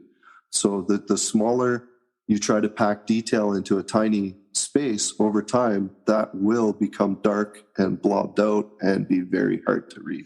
So that makes sense, because I think I sent you a sample of something and I said, hey, what do you think of this? And you're like, there's so much detail and so much thing. It would need a bigger surface. So it doesn't do exactly what you just said, is bleed into itself and do all these sort of odd things that won't make it look as clean as what it looked like originally, right? Something along those lines? Right. Yeah, we have to consider longevity. Like we're a one medium where hopefully the people we tattoo will live a long, healthy life. So their tattoos hopefully will stay with them for a long time. So we have to consider longevity. And you lack integrity if you don't talk to your clients about how a tiny little tattoo is going to look in 10 years. So what is I want to give people an idea of cost. If they've never had a tattoo, and I think I use the term, well, some people get those little goldfish or something, or a little bird, or a small flower. Like, what is the cost range in tattoos and things like that? That may vary shop to shop, artist to artist. Yeah. Some of it depends on experience. Newer artists would be willing to do the same size piece for less than a more experienced artist. With a newer artist, it may not look as nice as it would if you got it done with an artist who has more tenure. You assume some risk, it sounds like. Hey, well, if you know they're brand new, they're brand new. They're just learning, right? Yeah. So all shops have a shop minimum. Right. Our studio is $100. Okay. And other shops could be anywhere from $80 to $150 just for a tiny little tattoo. That means if they set up their station, that's the base charge. I try to talk people into getting a couple tattoos that are little rather than just a tiny little thing. But I still stick to my guns because we have to pay for supplies. The shop doesn't pay for a lot of our supplies. We have to pay for a lot of our own supplies. So we kind of have to put them back. Otherwise, we can't continue to do what we do. Larger tattoos, like say It's hard to say, but for me personally, if you're getting something, say the size of your palm of your hand, Yeah. that could be anywhere from $150 to $250, depending on detail. And does the amount of color also factor into it? Oh, absolutely. Yeah. So whether it's black and gray, typically gets done a little bit quicker than color work. So do you recommend, Jason, do you recommend black and gray over color? I do both, and I really enjoy both. I think what it comes down to is personal preference. If you're not a very colorful person and you're worried about colors clashing, then color may not be your thing. Black and gray is great. Some guys do it very light, some guys do it very dark. So again, you're going to want to research your artist. I keep saying, well, if somebody new comes in, they've never had a tattoo, they want one. And you said, hey, you know what? I've done some counseling before. How do they know they're making the right decision? Or is that part of that process of, do you look at them ever and think you're not making the right decision? This isn't for you? Yeah, no, I feel you. I've sent people away. I've said, you know what? I'm not willing to do that. And they'll be like, what? Why? It's my neck. It's my face. And so there's certain things I won't do. Like me personally, I don't tattoo anyone under 18. That's just one of my rules. Other artists will tattoo people who are 16 with parental consent. Me personally, I won't. I touched on it earlier. I said, if you can attach sentiment to a tattoo and have some personal reason for getting the tattoo done, then it's going to convince me quicker that this is something that I'm willing to do for you. And I'll sit down and I'll talk to people about what may be taboo about an image, because in some parts of the world, if you get certain things tattooed, they're not going to be very nice to you. Right. Some parts of the world, it's still illegal to show your tattoos, so you may be forced to ask to cover your tattoos. So me, I don't like to tattoo hands unless somebody is very heavily tattooed. I don't like to tattoo necks, period, but I will if they're very heavily tattooed. What is it about the necks, Jason? What is it like that? Is it because it's visible? It's highly visible, or necks, hands, and your face, your head is the first thing people see when they meet you. So me personally, when I came out of college and I was looking to get hired as a counselor, there was a lot of people who shook my hand and was like, yeah, you're not going to work. And I'd be like, why? And they're like, well, you look like one of the clients. And I'd be like, hey, maybe that would help. I don't know. But one of the guys went as far as saying, I think you'll just cause them to Jones. They'll go into a fit thinking they're hanging out with one of their buddies. And I guess I understood it to a point. So it's good to understand that whether or not the taboo is shrinking, there is still a large portion of society that really hates tattoos. They don't understand them. They don't see it as an art form. And they're more likely to treat you a lot differently than they did before once they see your tattoos. So I talk about all of this stuff with my clients before I work with them. I'll even go as far as asking them what they plan to do with their future. Because if they're going to be a lawyer, if they're going to be a nurse, if they're going to work in a school or around children, they may encounter some bias that I would carry with me later on, and they would definitely have to deal with in their future. Well, I applaud you for having that level of engagement and interest and decorum, to provide that counsel to people. I think, if I came into your shop and you did that, again, it would put me at ease and make me feel better. One last question. Earlier you said about needles, and it's a needle that's going into your skin. And somebody had asked me this before. Do the needles get changed over?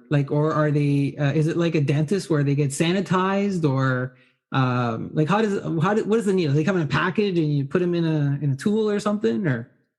So there's a couple different machines now. Some needles, they come on a bar, and you put them into a tube. you can autoclave the tube, but you would never reuse the needle. Right. Some now use cartridge machines, and those cartridge machines, basically there's just a little tube that clicks into your machine and the needles are inside of those. Pretty much across the board, what I'm seeing now is almost every studio is starting to work with single-use equipment because it's so cheap. Back in the day, we had to make all of our own needles. We had to buy a whole bunch of tubes that fit all the different groupings, because if we wanted to tattoo during the day, we'd have to have 10 to 30 different liners, all sterilized and ready to go. So before we would leave the shop at night, we'd have to scrub all of those, send them through an autoclave, much like the dentist would do. But now everything comes single use, prepackaged. I even show people the expiry dates on the needles before I open them right in front of them, so that they can say, oh, he opened it in front of me, just so that they know that for their own peace of mind, that it's a single use, only used on them product. Awesome. We attach those pieces of paper that are attached to the back of the tube to our waivers that they sign, just in case there's ever an instance where the company had a recall. Then we can correspond with those people, ask them, please go get tested. If they get tested, then we can set up some kind of class for them, class action, to help them get any kind of remittance or help from the company that you guys have thought of everything, Jason. Like, throughout the whole process, you really have, like, even at the end with the documentation, it sounds like. So that's good to know. Like, my vision of what a tattoo shop used to be when I was younger to what you describe now is a lot different in terms of how, the equipment you use, how ready you are, how you deal with people, the psychological aspect of it, getting to know people. I have bombarded you with a whole bunch of probably rookie questions, but I know the people listening who might be interested have these similar types of questions. So I'm thankful that, you're able to bring us through that process. Is there anything that before I let you go, is there anything that you would like to say, or maybe I didn't cover before we bring it to conclusion? Well, I mean, if you're considering to get a tattoo, say you've gone through all the process, you've selected your artist, and you're about to show up for your appointment. Oh no, something happens, you can't come. It's really good to get a hold of your artist and let them know possibly a couple days ahead of time, because it really jumbles up our schedule when people just don't show. Now, with artists, we get paid after we do the work. We don't get paid hourly for being there. So when people just don't show, they really put us in a spot where they affect their livelihood. We've spent hours and hours working for them before they ever show up to the shop to create the art and prepare for them, and then for them to not show, that really puts us in a spot where now we're just kind of sitting on our hands for the day. That being said, if we get the notice, we're more than willing to move them around in the schedule and work with them. Secondly, if you're about to show up for your tattoo, you should have eaten something before you came in. You lose a little bit of energy, and it's good to be hydrated and have food in your system before you show up. That way you have the stamina and you have the electrolytes, you have all the things you need in your body to be able to go through a stressful situation. And you're probably going to get through your tattoo a little bit more. I tell all my clients they're the boss, and I reassure them that they can take a break whenever they want to. But the one rule I do have is breathe. Because if you hold your breath, you're going to pass out. And I think in life, when you know that you're the boss and all you need to do is just breathe, things get a little bit easier. And I guess lastly, be prepared to meet some of the weirdest people you've met in your life. We're in tattooing because a lot of us couldn't find careers in other social paths. Me, myself, I have BPD, borderline personality disorder. So that's why doing an interview like this is nothing for me, because I enjoy talking. Sometimes I'm just as surprised by what I said as the people who hear it. I do all kinds of impressions, and on occasion, you could hear me talking like Elmo, and I might split your brain. Just walk into the shop with an open mind. These people are eccentric, maybe is a word you might use, and we're odd. We like to have fun. We love music, and we love people. Otherwise, we wouldn't be doing what we do. We're really excited to meet new people and learn about their stories and get to know their culture. So just be open to the fact that we're odd. oddly yours, right, Jason? So I get it. With a message of mutual respect, I think is one of the key takeaways there for your art and your craft and what you do and your time. As I say, thank you for your time this evening to tattoo artist Jason Breau. And I want to thank the owner of the Patron Hearts Tattoo Shop, Janie White. Hopefully I've got that correct. And the Instagram tag of the business, I will have that in the podcast notes, along with Jason, your Instagram tag as well, so people can check out your work. And any other contact information for the shop, I'll put that online as well. Thank you so much. I hope that everybody feels well informed, and maybe we'll have you back as a follow-up to do something, or maybe I'll come see you at the shop someday and we'll do like a in-store segment or something, Jason. I'd be down.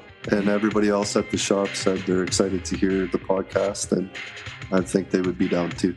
Hey, thank you so much for your time. I appreciate the fact that you're willing to do something like this and make what we do a little less taboo. Thank you very much, Jason. Right on. Have a great evening.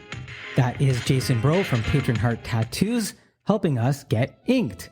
Now, let's get to another song from Canadian reggae legend and multi-Juno nominated artist, Jay Douglas, with I Love Toronto.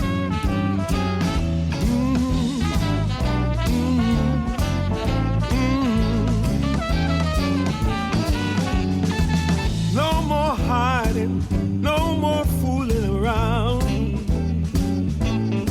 Said I'll be jamming my way home. I found me a new love, and Toronto is her name. She just won't let me go. We'll let the good times roll. I was born in Paradise Row, grow where the north winds blow. The seasons put on their show that stream into our soul.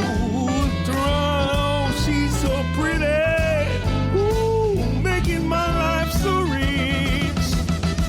We'll take the love train to little Jamaica, so much roots and culture. With diversity, Sweet Six calling me. I say no more misery. No more hiding, no more fooling around. Said I'll be jamming my way home. I found me a new love, and Toronto is her name. She just won't let me go. We'll let the good times roll. Take it out.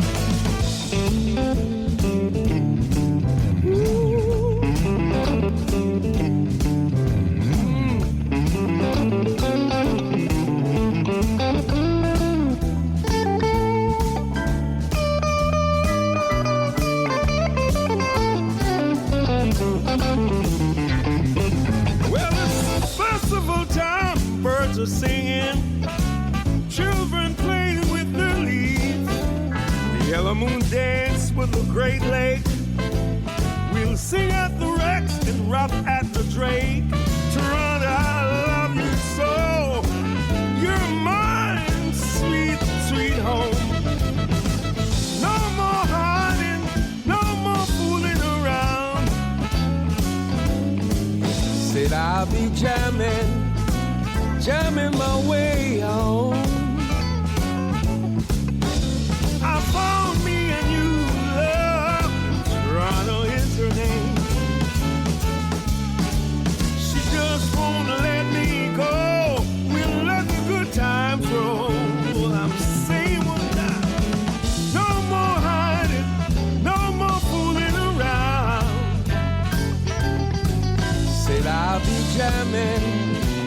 jamming my way home. I found me a new love, and Toronto is her name. Ooh, she just won't let me go. Let the good times roll. No more hiding, no more fooling around. I'll be jamming my way home. I found me a new love. That is Jay Douglas with his new song, I Love Toronto, off the new album Confessions, which we will have all the information for in the podcast notes. You can also hear the song on thepathradio.com. Now, let's get to our next segment, and that is with our lead scientist from Fellow One to talk about body type science and diet. Here is Marc Nelson. I would like to welcome to the show lead scientific researcher and pioneer of body type science for Fellow One, Marc Nelson, who's going to talk with us today about body types, science-based diets, exercise, lifestyle, metabolism, body mass, and more. Welcome to the show, Marc. How are things going today in Santa Fe, New Mexico? Well, we're in the middle of the monsoon, which is good because in the high desert, rain is a luxury. And so it's nice to have the rain. We've had a lot of rain, and we currently are in the midst of thunderstorms. So we'll see how this podcast goes. So, when I think of Santa Fe, and I, when you listen to some of my other work, we do a lot of music stuff, right? And I keep thinking of John Bon Jovi and the Young Guns movie, and he has that song Santa Fe. But so then I started looking up Santa Fe. I was like, I got to know a little bit more about Santa Fe. You correct me if I'm wrong, but I think it's the oldest capital in the United States. That's correct. Founded in 1607, somewhere between 1607 and 1610. And this was the thought. This was intriguing. Although it's situated in the south, you can go skiing. That's right, because we're at 7,000 feet. So in the wintertime, we actually get quite a bit of snow. All things relative, we are in the high desert again. So moisture comes at a premium. But when we do get it, we get snow, and there is actually decent skiing up in the mountains above us that I'm looking at right now. And then if you want to head a bit farther north to Taos, you get really, really good quality skiing. Wild. I never would have originally thought. I don't think people think Santa Fe, go skiing, right? Yeah, because it's the high desert. Yep. Is that your favorite thing to do, or what's your favorite Santa Fe thing to do? My favorite thing is hiking. There's marvelous hiking trails everywhere. I'm more of a on my 2 feet kind of guy. I did ski when I was younger, but I don't anymore. But I do love hiking. It is my favorite outdoor activity here. That's cool. Hiking and skiing, Santa Fe. We're going to keep that in mind. But I didn't invite you on the show to come and talk about skiing and hiking. We want to talk about body type science. So for the folks, so we can set some foundation, what exactly is body type science? So most people have heard of the endomorph, ectomorph, and mesomorph body types. What they don't realize is that those body types are not scientific whatsoever. They were never based on science. They are not the scientific standards. They are nothing. They don't really exist. They are subjective, arbitrary shapes that really have no basis in anything and were debunked long ago. Yet when you ask anyone about what is your body type, that's the most common response, because there were no body types, scientific body types, before we started body type science in 2003. And the reason that we started body type science was because all that there are different shapes and types of human bodies, yet there are only 3 standards that mainstream science and medical doctors go by, and that's the standard scientific human body anatomy book body type 1. It's that image that you see if you open up any scientifically approved human body anatomy book, and it's the human body with all muscle and muscle mass fully developed. It's the body type 1. That is the standard. The second standard is the body mass index, or the BMI. And the third standard is the BMR, or basal metabolic rate, which is the number of calories daily that your body requires just to function. And all those standards are inaccurate because none of them take into account skinny fat. And skinny fat is this newer term that has come about in the last decade or so. And it includes cellulite, loose skin, saggy skin, thin fat, crepey skin, and normal weight obesity. And it's important because if you're someone like me, who when I am within my safe BMI weight range, I have skinny fat all over my body. And skinny fat is in place of where muscle and muscle mass should be. And it's because of my genetics. And yet that currently is not calculated in or even considered when it comes to the three mainstream science and medical doctors' body type standards, which again are the body type 1, the BMI, and the BMR. So skinny fat is how we really began to look at the human body and how we came to creating the body types. So there's a lot. You said a lot there, and there's a few things I was going to ask you, and I'm gonna try and compartmentalize them for folks. I was going to get into this in a moment, but and I did. I Googled. When we said, hey, let's talk about this, and I'm like, you know what? I want to understand more because the body types. I know this stuff. I've heard this stuff before, and you're right. I Google it. I get somatotypes, endomorph, ectomorph, mesomorph. Yep.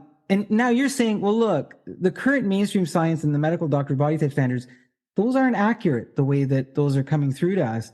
But in a way that we can understand it, what makes those body types or those terms that describe that, what makes them inaccurate in your research opinion? Okay, so again, the mainstream science and medical doctor standards are the body type 1, the BMI, and the BMR. Now BMI, we hear BMI, I think, when we go to the gym. Or when you go and see your doctor for your annual check, right? You hear BMI because that's how they judge whether you're healthy and quote unquote normal, is if you're within your safe BMI weight range.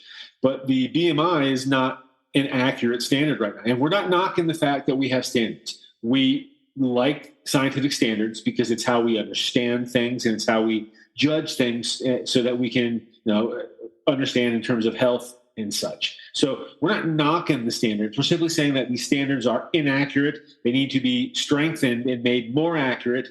And the way that we do that is we understand skinny fat. So again, we have the body type 1. The reason that it's not accurate, is because it does not take into account skinny fat. And it's a fact that any part of the human body can be underdeveloped to whatever degree, including the muscle and muscle mass. So the body type 1 is not accurate because it doesn't take into account skinny fat.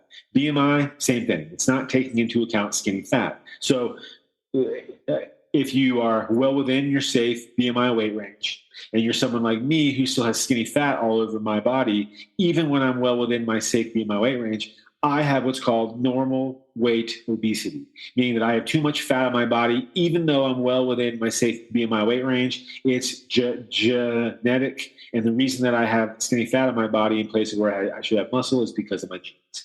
The second reason that the BMI is not accurate is because it's possible to be someone like Dwayne Johnson, who is all muscle. He has more muscle on his body likely than his default muscle mass, which would take him outside of his safe BMI weight range into the overweight or obese columns of his BMI weight range. But he most certainly is not overweight or obese because he doesn't have too much fat on his body.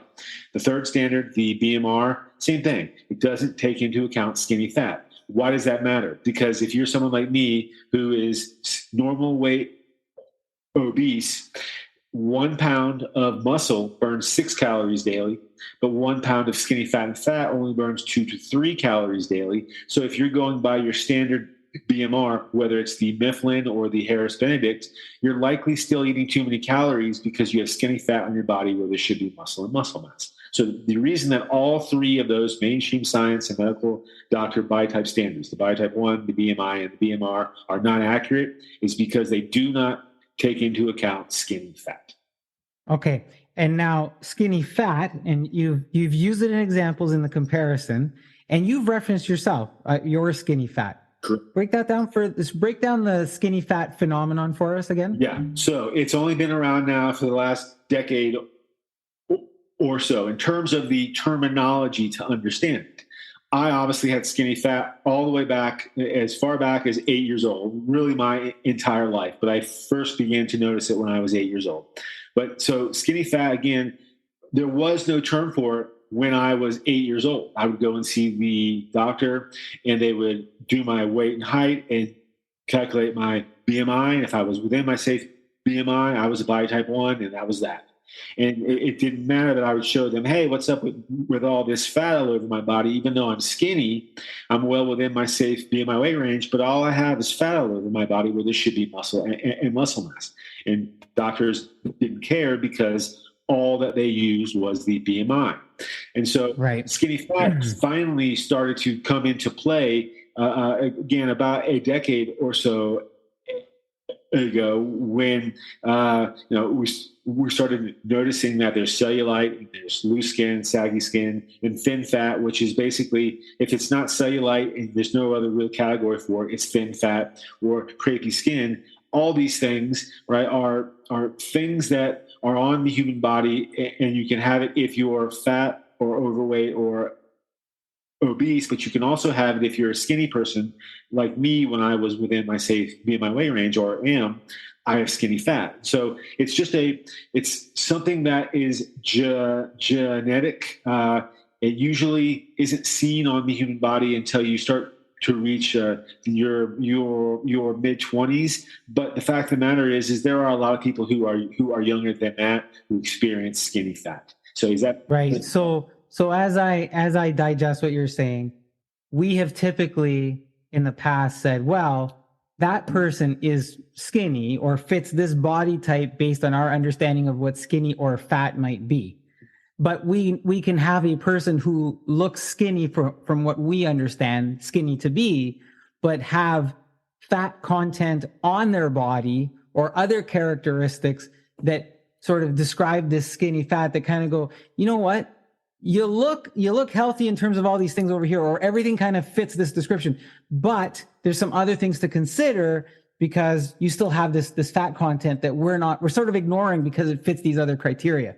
Now, when you, with your research and the body type descriptions, you've identified 4 body types.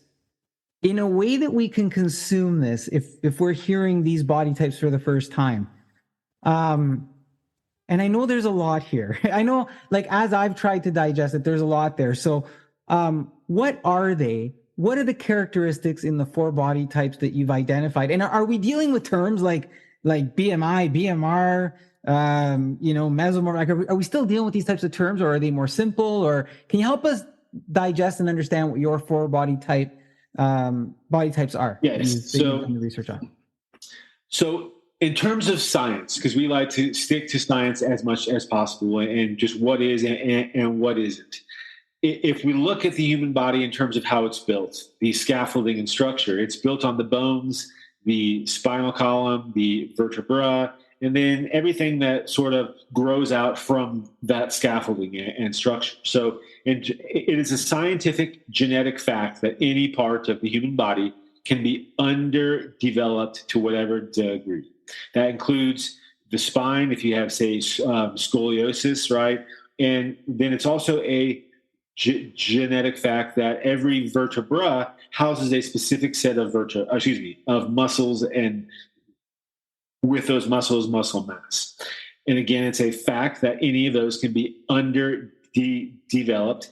If you have vertebra that are underdeveloped relative to the actual vertebra itself, or the muscles relative to that vertebrae, or both, then that will directly affect your posture as well as your metabolism. Because again, we know that 1 pound of muscle burns 6 calories, but 1 pound of fat and skinny fat only burns 3 calories. So we looked at it like, we know that all this is in line with science. So how do we understand body type and shape? Well, we know we have 26 vertebrae. There are 7 cervical, 12 thoracic, 5 lumbar, 1 sacrum, and 1 coccyx, And we broke it down in terms of a body type 1 is just a body type 1. There are people out there in the world who look like the standard body type 1. And so that body type is a real body type that indeed does actually exist. Then there are people like me who I've never looked like a body type 1. I've never been a body type 1. And so a body type 1 is 0 vertebrae and muscle mass underdeveloped. It's all fully developed in terms of the standard body type 1. Body type 2, we have 1 to 8 underdeveloped vertebrae. Body type 3 is 9 to 17, and the body type 4 is 18 to 26. And right now, we aren't claiming that that's written in stone or it's set in concrete. We had to start somewhere with breaking it down, and that seemed like the most logical way to actually break it down. We now have nearly 500 scientific body type quizzes from real people up on the website, and we have the examples side by side showing body type 1, 2, 3, and 4, and you can see clearly the difference in the back structure and the actual muscle development and such in those images. So is that making sense? It is. And, I was thinking of something when you started talking about the vertebrae and how they're associated with muscles. And sometimes you hear, you may not know this, an answer to this, but I'm just making a connection. Maybe you do. Sometimes you hear physiotherapists say, oh, you have to work on your core because this part of the vertebrae is weak, and by working your core, you're going to strengthen the muscles, which is going to impact the vertebrae. Does that sound like it plays into those body types? Totally. If you've got totally does, and it's one of the reasons why we're big fans of things like yoga, right? Because yoga is about getting to know your back and each vertebra, all the vertebrae really. And once you can get to know your back, you can get a better sense of where your strengths and weaknesses are and what to actually build in terms of the actual muscles. So, and that can be correlated with things like weightlifting. So you can really focus on which muscles to build properly that might be weaker than others. So yes, that goes hand in hand. And we could do those things, like we could do those exercises, we could, develop those muscles. It's not going to change our body type because those structures are still those structures, but we can change the way we live or influence how we feel. Which is okay. So that is, yes, that is true. Okay. On the other side of that, we are also developing experimental proprietary exercises that can actually change your body type. But that's down the road. The first thing that we always encourage people to do is get to know what your actual body type is right now. Get to know what your actual genetics are so that you can accept them, figure out what the best diet, exercise, and lifestyle is for your specific body to be as healthy as possible. Once you're there, once you have figured that out, you figured out what your actual scientific body type is, what diet, exercise, and lifestyle is best for your specific body type, then we're happy to talk more about possible ways to strengthen your body type and maybe change it. But until you have accepted your body and genetics for what it is and figured out the best diet, exercise, and lifestyle to be as healthy as possible in your body type as it is now, that is our main focus. And I'll talk about that more later, but is that making sense? Okay, so it does. And so now I'm thinking I could do these exercises and these things to influence, potentially down the road, my body type. But on the flip side, does a certain body type influence other factors like obesity or weight gain, maintenance, balance, etc.? And if it does, what does it mean in terms of how we should be leveraging our knowledge on body type? So if I'm just looking down here at my notes. If I'm a body type 2, does that influence obesity or weight gain or maintenance differently than body type 3 or 4, etc.? Most certainly. Okay. And it really boils down to how much skinny fat that you have on your body, because the more skinny fat that you have on your body, the higher the probability is that you will put on fat in that area of your body. Because again, 1 pound of muscle burns 6 calories, but 1 pound of skinny fat or fat only burns 2 to 3. So if you have skinny fat on your body in place of where there should be muscle, that directly negatively affects your metabolism. Right. And you can go to the gym. Someone like me, I went to the gym and I worked my butt off trying to put on muscle, and I would put on muscle. But as soon as I stopped working out, that muscle would quickly go away, because that's just the nature of repetition exercises. And I could never put on muscle at the rate that a body type 1 could. When I was in college, I was determined to fix my body and put on muscle and look quote unquote normal. determined. So I had some friends who were body type 1s, and they went up to the gym regularly, and they were just ripped and buff. And I followed their diet, and I followed their workout, and I followed their supplements, and I did everything that they were doing, and I never even came close to looking like their body, even though I worked just as hard doing the same exercises, the same diet, and the same supplements. I never came close to looking like their body because I was a body type 4 and it was my genetics. So is that making sense? It is. And, you're making me think too, something happens every January, right? Everybody goes to the gym where we make all these, prognostications of our diets, and some people might be just doomed right from the start because we have in our head an image of what we're supposed to, because, you open Men's Health or Women's Health and you say, well, that's what I'm supposed to do. And here's the diet. But there's another thing here that is being determined by body type, where if you do those things that make those types of people successful, you may not be successful. Totally. And that's the only image. So the image that all of us are fed from day one is the body type 1 image. Right? It's the body type 1 female up on the Sports Illustrated cover. It's the body type 1 male on Men's Health, etc. That's the image that we all see, and it is the most coveted, and it's what everyone is trying to achieve to, and it's what you see up on social media. So social media is one of the worst culprits for this, because what you have is these filters, this photoshopping and such that just doesn't paint a real picture. But, of course. But what's really telling about is when someone is photoshopping and filtering those images, what are they making the images look like? They're making it look like a body type 1, because that's the most coveted body type out there, right? So, but it most certainly affects young people's mental states and their health in general, because they're trying to, and really everyone, all of us have been trying to live up to those impossible standards, right? Because again, when you go and see your licensed medical doctor, that's the standard that you're being held to. You don't realize that, but you are being held to the body type 1 standard. And if you can't meet that standard, it's just been very, very recently since doctors have started to wake up and realize that they've been totally unfair with folks like me and anyone else who deals with skinny fat on their body, because it was always my fault. If I didn't look like a body type 1, even when I was well within my safe BMI weight range, it was my fault somehow.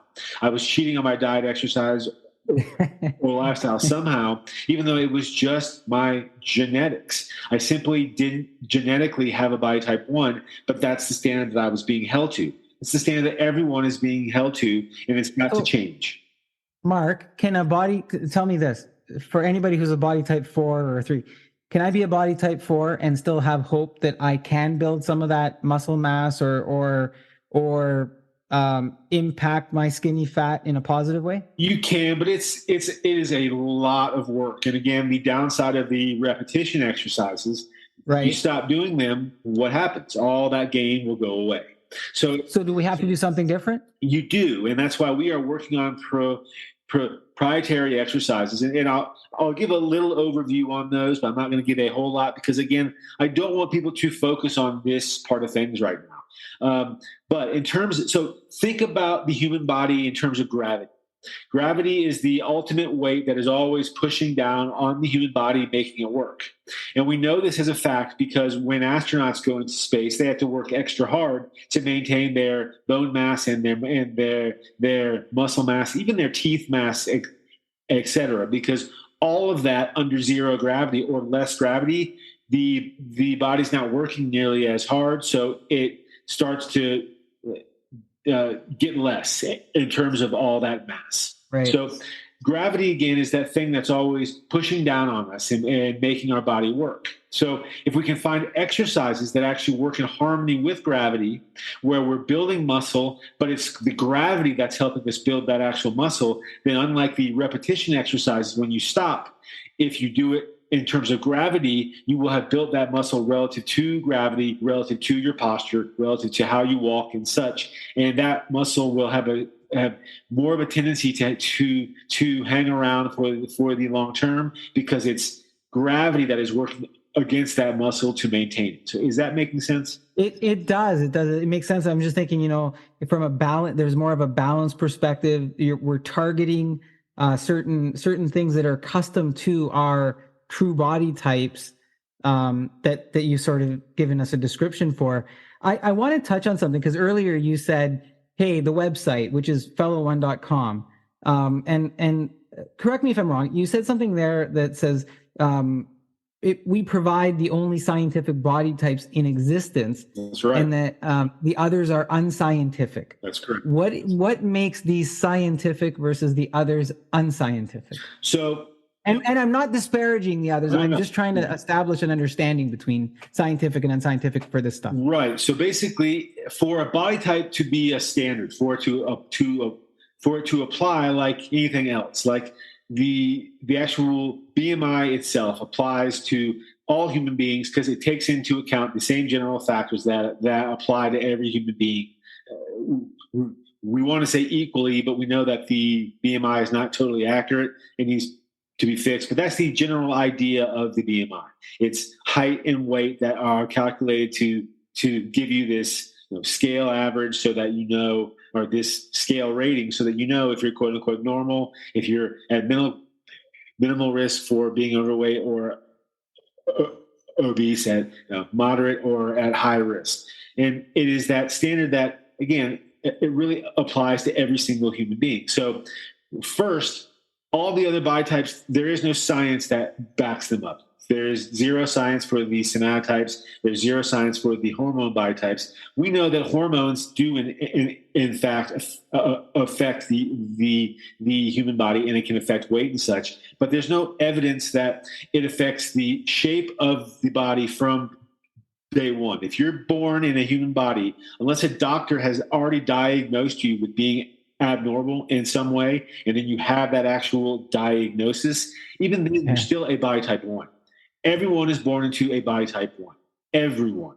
So again, even if you have a diagnosis of scoliosis or Poland syndrome, you're still a body type 1 just with a specific diagnosis. So because you're whatever you've got, you're deviating from that standard that we believe is the standard that we should all be. That's body correct, type 1. right? Okay. Right, and so, but that is the only body type standard. Is that body type 1, right? And so, in terms of the somatotypes or the hormone body types or the kibbe body types or the triangle body types or any other body types that were out there prior to our body type science, there was no science that backed it up. Why am I that shape? Right? You can look at somebody in terms of the quote unquote hormone body types, and you can see somebody who is apparently a adrenal hormone body type, but can essentially be the same as someone who is an ovary or a liver. None of it has any basis for it to actually be scientific. Our body types. Because, Mark, I just want to make sure, we often apply lifestyle to influence body type 1 with some of these other supporting factors that are common to us now in society. Is that? That is right. So any of those, like the hormones can definitely affect a body type 1. And if you have a diagnosis relative to that, and you know that you've got some sort of, whatever hormone that it is, and it can affect your weight gain or loss, that can definitely affect a body type 1, right? So, and it can definitely affect a body type 2, 3, or 4 as well. But if you're a body type 2, 3, or 4, and you have skinny fat on your body, and we have strong evidence of this up on the website. So, body type quiz participant 1170 she was 23 years old. She lost 19 pounds. She was at the top end of her safe BMI weight range. And according to mainstream science and medical doctors, when she's within her safe BMI weight range, especially as she got down to her mid-range, she should look identical to a body type 1. Yet we had the evidence up on our site where she lost weight safely. She wasn't starving her body and such. She lost weight safely. She lost 2 pounds average over 70 days and got down well within her mid-range BMI. And she was expecting that she would look just like a body type 1 because that's what her doctor said and everyone else was telling her. But she doesn't. She lost all that weight safely. She got down to her mid-range, and she still looks like a body type 3.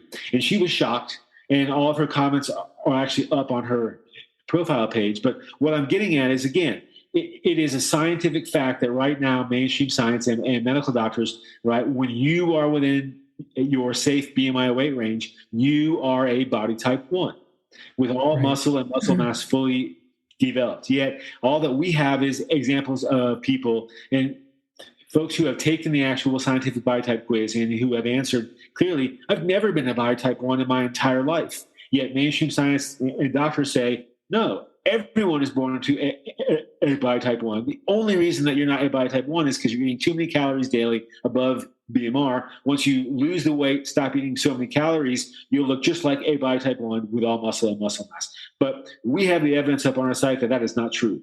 All that there are is people across the world who, when they're within their safe BMI weight range, they have skinny fat on their body, and the more skinny fat that they have, their body type goes from a 2 to a 3 to a 4 relative to how much skinny fat. So we are actually relying on the scientific evidence, the facts, the logic, and the reason that breaks down fully why there are so many different types of body types, shapes, etc., and why even when you're well within your safe BMI weight range, you don't look like a body type 1, even though mainstream science doctors say you've always been the body type 1. So, Marc, we've circled around this next question a little bit, and I struggle with the term obesity because I'm trying to put it in the context of everything that we're talking about. But let's just go with it for the sake of the question. Obesity has been deemed an epidemic as far back, I think, as 2013, maybe sooner. I think 2013. And they say obesity contributes to leading causes of death like heart disease, stroke, diabetes, some types of cancer. Now, this is, I'm sure it's, globally, but this statement was very specific to the United States. Can you help us? Can you relate a little bit or expand a little bit on the obesity epidemic as it's relative to body type science? Totally. And I have a feeling that you've sort of touched on a few of these things in some of your questions, but maybe more explicitly. Yeah. So they go hand in hand, and it's one of the things that we are really trying to focus our scientific research on is, again, if you have skinny fat on your body where you should have muscle, and you're being told that your BMR calculation is with this many calories daily, you're being held to the standard that you have all this muscle on your body. And if you don't, if you have skinny fat, then you're eating too many calories daily, right? And then of course, we have the standard Western diet, which is fast junk and processed food loaded with sugar, right? You add that factor in, and you add in the fact that there's genetics and the skinny fat issue, and folks are eating all the sugar, and they have a lower metabolic rate simply because of all the skinny fat. What you get is a population like we have now that like 50% or more is dealing with obesity. It's only getting worse in child age kids because, again, if you go out to the supermarket and you look at any of the foods on the shelf, most of them are loaded with sugar. People don't realize how dangerous, and sugar, from my point of view, is worse than cocaine. It is this thing that it causes fatty livers. It causes obesity, especially refined sugar, and it is literally in everything. Show me something that isn't loaded with sugar in terms of mainstream products. It's become normal, and it shouldn't be normal. So the obesity epidemic, there are multiple factors that are making people obese, but one of them is body type, too much skinny fat, and then this horrible Western diet that has spread globally now. China is dealing with serious issues with obesity now because of the diet, et cetera. But there are definitely multiple factors here. But it is important to note that billions of dollars are spent on research every year on cancer and obesity, et cetera. We don't have a cure for cancer, and we don't understand why obesity is getting worse. We here at Fellow One Research do know why. That is why, because of body types, of skinny fat, of poor diets, and there are other factors, lifestyle and exercise also play in. But those are the main factors right now which are playing into this. And if we can understand body type and skinny fat better, we can better understand diet, exercise, and lifestyle, and wrangle this whole thing. Because you're targeting it towards the body type. Now,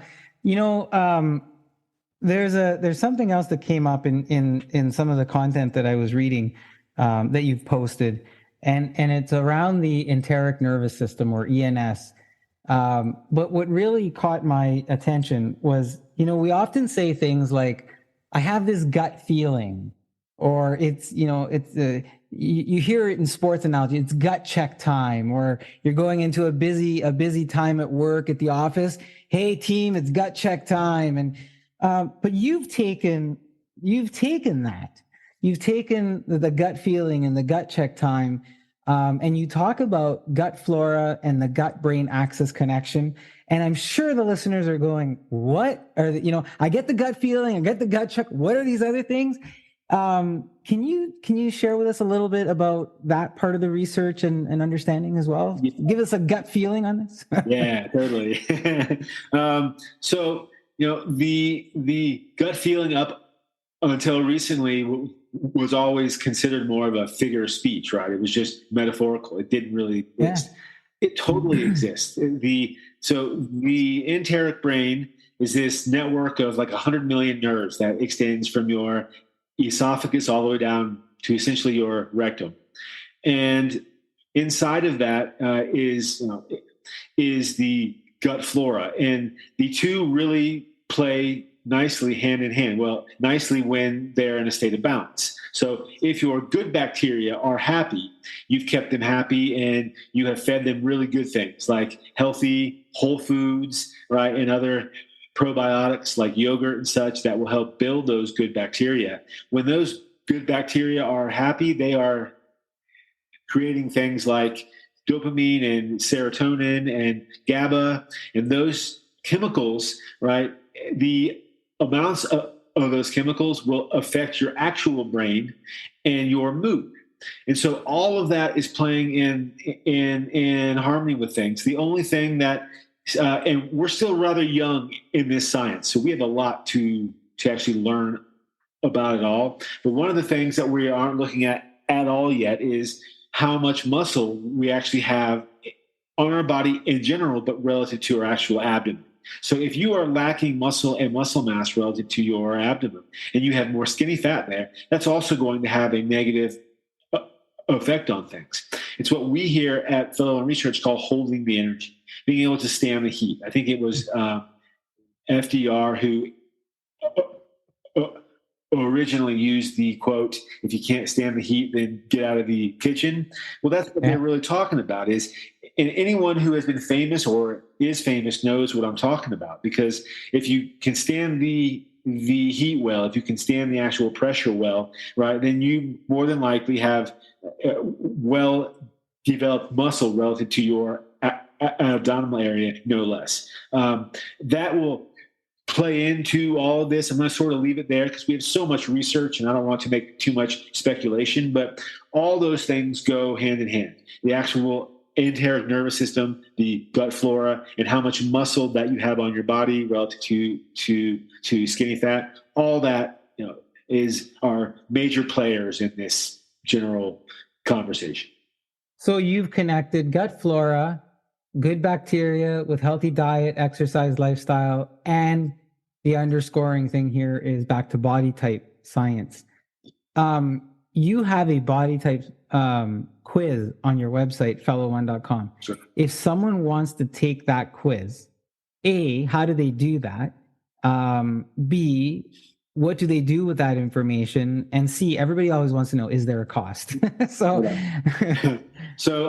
it's the scientific body type quiz up at fellow1.com. And so you can use a pen name because we encourage privacy so that you can, be safe.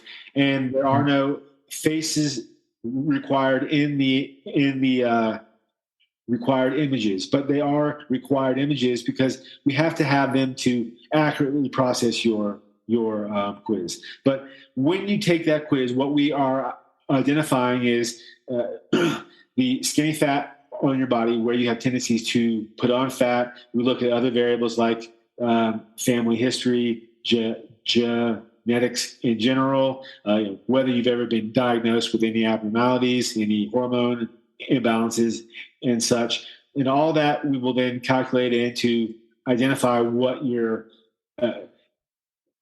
we'll say, body type is in general, even though what we're really working towards is getting to a research center where we can use an MRI machine and really calculate that out. But until we get there, this quiz is as scientific as we can get with this process so that we can identify your actual body type. We have also gathered all of the most recent current science-based diet, exercise, and lifestyle data and built our own proprietary diet, exercise, and lifestyle scores. We also calculated the Mifflin BMR and the Harris-Bandit BMR, as well as the adjusted scores, which will take into account skinny fat. We also account calculate the BMI. We are working on a BMI adjusted score that takes into account skinny fat. But when you take the scientific quiz, that's what you get. You get the full identification of your scientific body type, your current diet, exercise, lifestyle, and metabolism scores, along with the BMI score, so that you can really paint a wholer picture scientifically of your health in general.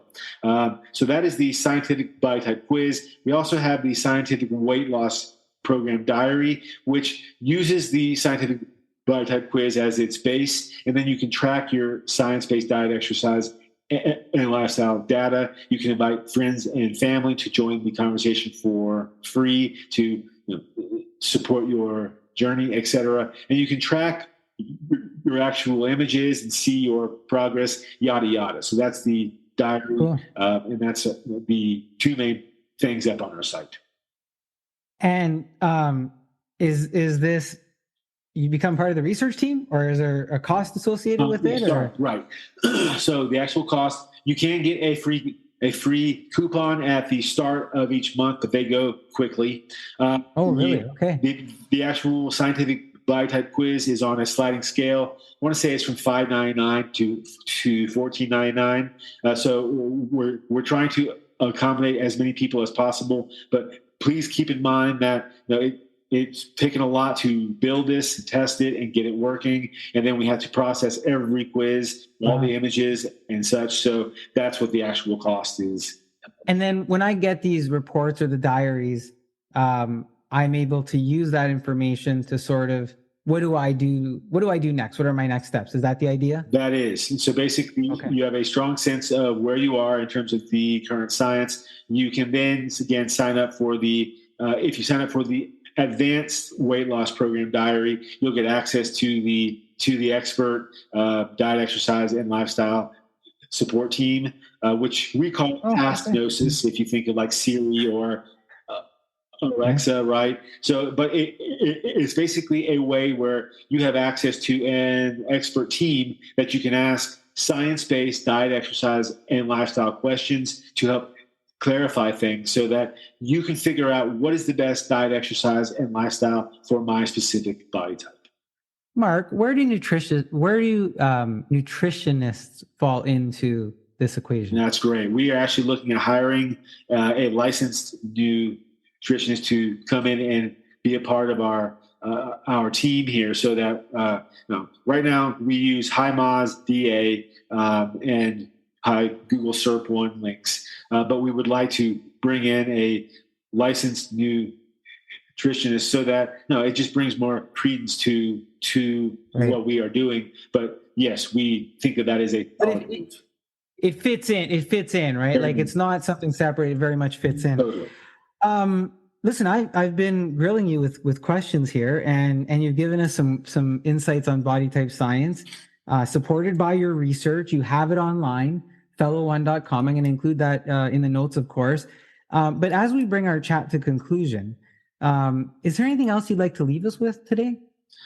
When I was young, I first noticed that my body was different. And since then, life was really hard. I was easily bullied. And I know that that is a common thing, especially now with social media and all this, all this easy access in places where folks can say things without being held accountable. And that's really caused a mental health crisis, especially among young people.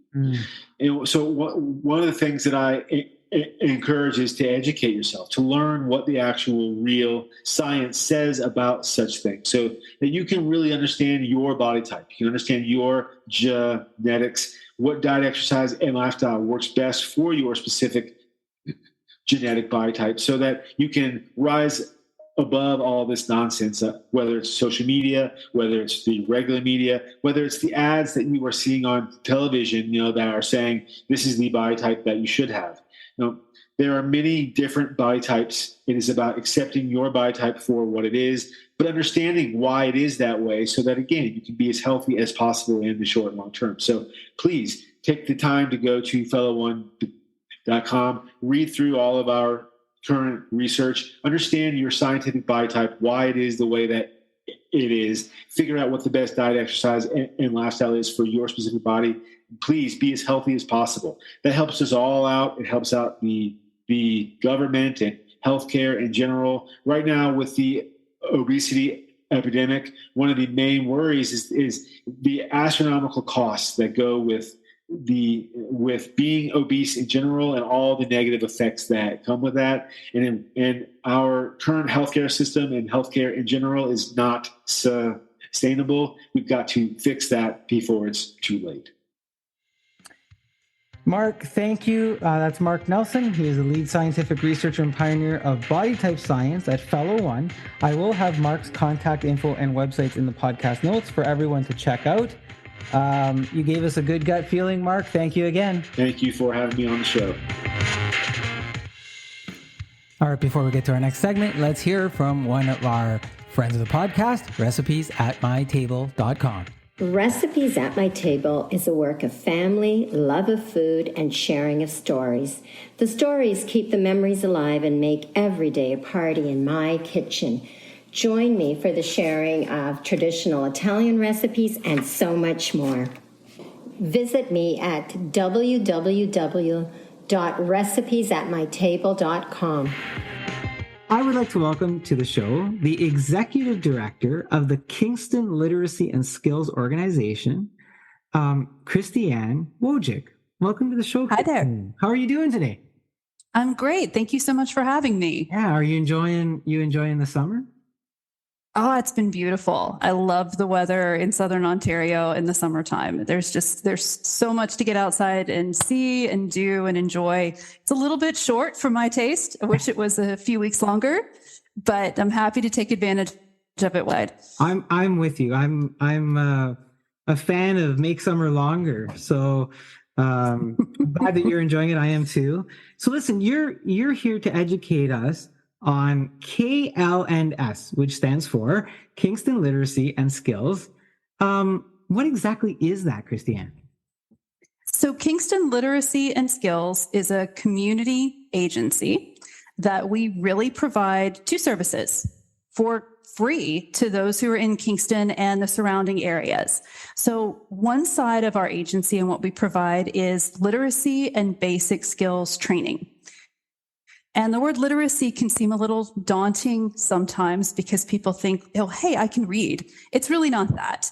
It's thinking in terms of really improving your communication skills. So improving your reading, your writing, how you relate to others at work, as well as other employment and basic skills, which can be anything from math to digital literacy, to those soft skills that make it easier for you to re-enter the workforce, to enter a secondary school training program, or to get that promotion in the job that you have. So soft skills would be things like conflict resolution and time management and budgeting. So that's one side of our business, our agency. The other side is that we actually provide English language instruction for newcomers to Canada. This is a program that's sponsored by the Government of Canada, and we work almost exclusively with refugees and with sponsored refugees who've arrived in this country and need those English language skills to successfully settle, raise their families here, find a job, and move on with this new phase of their lives. So that's what we do. That's you have a very wide spectrum of folks then who can use the services, and it's interesting. So you're going from the refugees and the supported refugees, but you're also talking about folks who might already be in the workforce and need to hone some of those skills for some of those next steps, it sounds like, too. Absolutely. So the literacy and basic skills side of the agency is actually the older part of our services. We've been offering literacy and basic skills training in some form since 1977. So this is actually our 45th anniversary this year. Wow. And over the years, it's changed quite a bit from supporting families who are helping their children learn how to read and providing homework assistance at night to really that pre-employment or job skills upgrade. Almost anyone can walk in our doors from the LBS, that's our literacy basic skills side of the house, and find a service that we provide completely for free that meets a need to push them to the next level of where they're heading in their lives.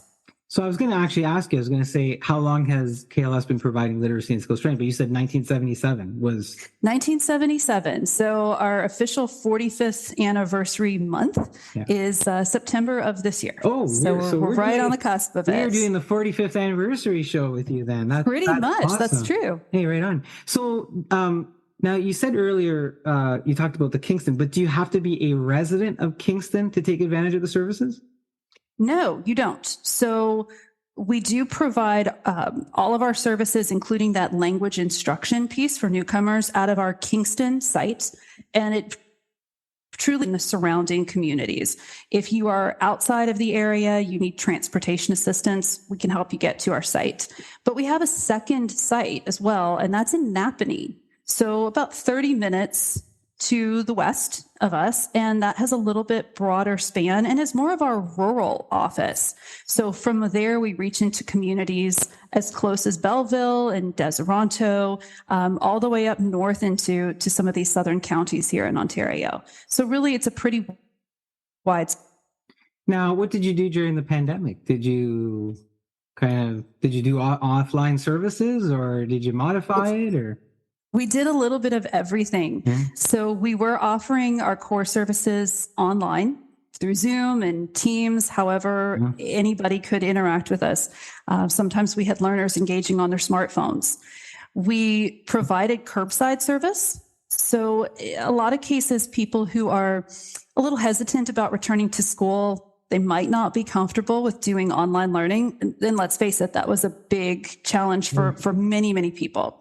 So through the whole pandemic, we also provided these curbside services where we would create packets of materials that were personalized for folks, meet them at the door, hand them off, pick them up, grade them, kind of correspondence style, like some of us had back in the day. And then as we were able to safely, we did start to hold some small modified one-to-one tutoring and some smaller classes when people became more comfortable coming together with some social distancing in place. So we never got creative. You got creative and you modified the services to keep people engaged. Now, you may or may not know this, but and I'm looking, we talked about the geography of this. Are these types of services available in other communities? Like, is there a community where we would find literacy and skills training that isn't KLNS, but something else? Yes, actually. So the literacy and basic skills side of our agency is sponsored by the government of Ontario. So it's actually a service from the Ministry of Labour, Training and Skills Development. And there are LBS service providers all over Ontario. So we all do something a little bit different based on the needs of our individual communities and whatever the driving workforce is there, or some of the challenges of the communities. But it's a service that's spread out all over the place. The English language instruction side is actually sponsored, as I mentioned, by the Government of Canada through IRCC, so Immigration, Refugees, and Citizenship Canada.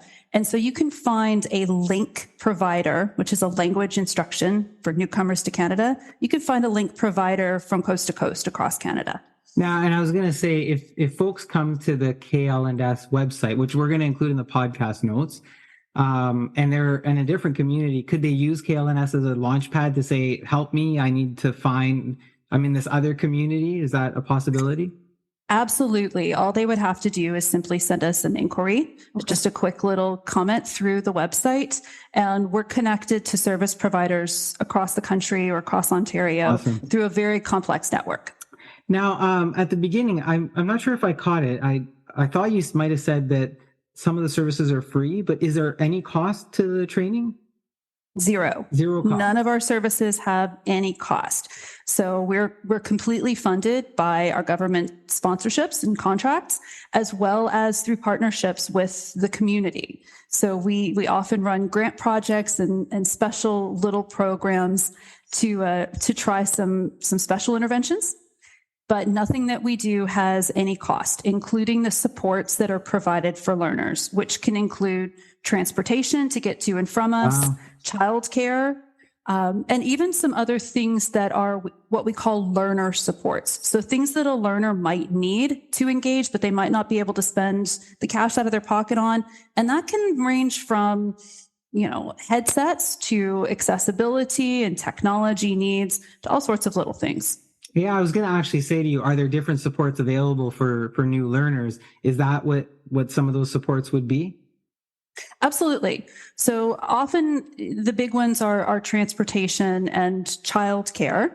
So we do actually have a childcare center at Kingston Literacy and Skills that is part of our LINK program. So that is exclusively to provide childcare. We take care of 13 kids who are under the age of 5 that are those for our LINK learners.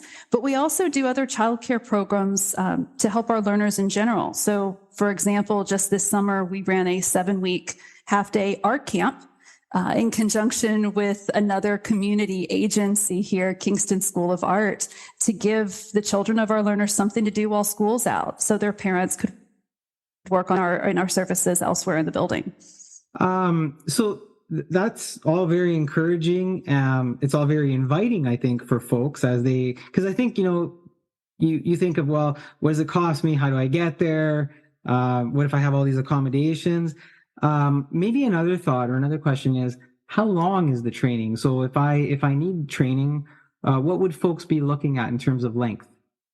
That's kind of the impossible question to answer. It really depends on what your goal path is and how you're coming to us. So we meet every learner where they are when they walk through the door. And we really serve a broad spectrum of learners. So we have those who have been coming to us for years because they really have some profound needs and gaps in their background education. Maybe school just didn't work for them. And so as adults, they find that they really enjoy learning in an adult environment. And they use this free service as a way to upgrade their lives and move forward. We have others who come to us and say, hey, post-pandemic, I'm being asked to use all this smart technology, or man, my boss wants me to do Excel spreadsheets all of a sudden, and I have no clue how to do this. And so we have people who are with us for 4 to 6 weeks sometimes. So it's customized to what the requirement might be or the skill that needs to be developed. So there's no pressure in terms of I have to make a commitment for 3 months or 6 months. It's really you assess the need and then you apply whatever materials available for that person to progress through. That's right. Especially on the literacy and basic skills side of the house, there's a quick assessment that's done. And we talk a lot about goal setting and what each learner wants to accomplish down the road, why they're coming to us. So we establish an individualized learner plan that has a couple of milestones built into it, and you progress to those milestones at your own pace. We have different ways that you can engage with information. So for some people, they like the small group, small learning classroom, where you might have 3 or 4 other people in the room with you, but you're all working on similar things. It's not the same as going to school where there's a teacher and a lecture, but say everybody in the room is working on math. So you might be at different places, but the instructor in there is a specialist in teaching math and moves around and works with each of you individually, but you develop a class setting. Other folks really need, say, one-to-one instruction and intervention. That's where they're comfortable with.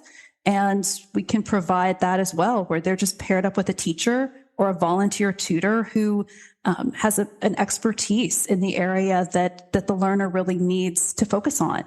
And so it's very different from what adults experienced going through a traditional classroom setting, and it's much more personal.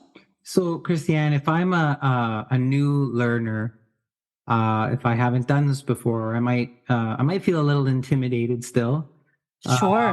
What would you say to that new learner in terms of experience of what they could expect? And I mean, you've painted a picture of us in terms of all the services and how broad they are, but that can seem overwhelming to some folks who haven't done this or haven't been not in this environment. So what would you say to them from that learning experience perspective? I would say, first of all, that this is a safe space that's designed for adults who are just like them. So we are a welcoming, accessible, diverse, inclusive place specifically designed for people who sometimes they have to, take it upon themselves, and we recognize what a big step walking through that door is. This is what we do. You're going to encounter individuals, teachers, professionals who are non-threatening, casual, welcoming. This is what they've chosen to do. And they're going to create an experience that has no judgment, that helps you move to the next step in ways that provide all the support for you to feel accomplishment and be successful in what you're trying to reach. There you go, folks. So if you're a new learner and you have any hesitation, there's a lot of safety in Christiane's message today. So we want you to check that out.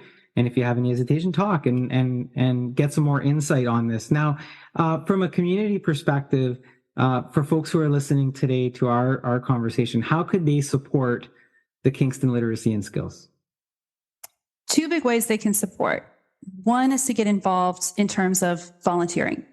So for many, many years, we had almost no full-time employees. We were a volunteer-driven agency until we got well into the 90s when grant money started to flow and buildings started to get established. But volunteers were our foundation and have been for a long, long time. We utilize volunteers in lots of ways. That can be in that one-to-one tutoring session. That can be volunteers who come in and talk to our newcomers to Canada about what it's like to be here, who share music and experiences. We have volunteers who come do guest speaking from whatever their professional lives are and introduce that aspect of community to our newcomers to Canada. So really, we need volunteers to come and engage with us, not just in an instructional sense, but also sharing what it's like to be part of the Kingston community, the surrounding communities, to our language learners and our newcomers. The other way we need volunteers is to support KLNS through donations. So if they're interested, if they're willing to do that, we don't currently actively fundraise. Pre-COVID, that was something our agency did for a long time. Now we're comfortable operating for the most part on, the grant funding that we receive, but there's always those special projects that come along, or those learners who need a little bit more assistance with, say, technology, or we have a new group that we want to reach out to. And so donations, whether monetary or things like reading materials and manipulatives, they're always welcome. That's fantastic. Hopefully some folks who are looking for volunteer or that can help out in other ways will be able to do that by listening to our chat today. Now, listen, I've drilled you with questions, and I usually as the last thing say, hey, is there anything you would like to say that maybe I might not have asked you, or that you'd like to drive home as a point of anything that we talked about today before we close off our conversation? Really, it's just to raise a little bit of awareness about what we do. Like I said, often that word literacy can seem like a little bit daunting, or this isn't a place for me. Truly, Kingston Literacy and Skills it's an open space for anyone. And if you're listening to this and you're thinking, you know what, I'm set. I'm not in that place in my life anymore where I feel like I need training or upgrading, is to think a little bit outside of the box and consider how we could help support who you are, where you are as an employer, as a friend, as a parent, we're a community agency. So we welcome referrals from employers who are looking to be able to upgrade their employee skills in a cost-effective and really professional way. We get referrals from family members who say, my friend, my grandchild, my niece is trying to get into this apprenticeship program, this college program. They're not feeling confident. Can you help them out? So it's not just a place to think, that's great, but I don't need that. It's truly to raise a little bit of awareness to say, think about how we can support where you are. That is our role as a community agency. And if we don't have what you're looking for, our other responsibility there is to refer you and make connections to similar agencies who might. So we don't do things like job training at ours, but we can give you an introduction to partners who do provide that. So if you're not even sure how to get started, we're not a bad place to ask some questions. And it sounds too good to be true. Like, it's just such a versatile opportunity for folks. And I like the fact that you said it's not just for the individual, it could be for the employers as well, as we try to help folks out. So Christiane, thanks again for being on the show, and we'll have all your information in the podcast notes. Okay, we've come to that part of the show where I usually share with you a story or an article, and today I'm sharing with you an entry called The Hybrid Office Struggle. You can read it also at guidoprino.com/blog. While the workforce landscape changed, not all decision makers read the room as they aimed for first to post on pre-pandemic return to office prize ribbons. Some companies are seeing an employee pushback, while others fail at blending 2019 normal with 2022 work-life balance efficiencies and success. In December 2021, I wrote in a return to office prehistoric flashback that if the desire and belief to return to the pre-pandemic inefficiency and waste is a marker for perceived success over the pandemic itself, then we will have learned little outside the medical science of COVID-19. That remains a true challenge as leaders oversteer return to office solutions like a Formula One race car with wet tires on a sunny day. In a world where data is a valuable commodity that can influence profit and performance, remote work data hasn't quite become the foundation for hybrid models in a way that reflects all the pandemic workday lessons learned. Industry data companies continue to share that feedback. Microsoft, a trusted office efficiency technology company, released 5 key findings in 2022, Great Expectations Making Hybrid Work that provides supporting insights on the hybrid business world, and leaders pining for the good old days might be pushing back on these trends as much as remote workers who are woke to the mutual benefits. When an employee looked at work in the context of the space they utilize at the office, material things like office space, equipment, and window views might have been perks that influenced priorities. As workers transitioned to remote work, the perks shifted from office space materials to health and family balance.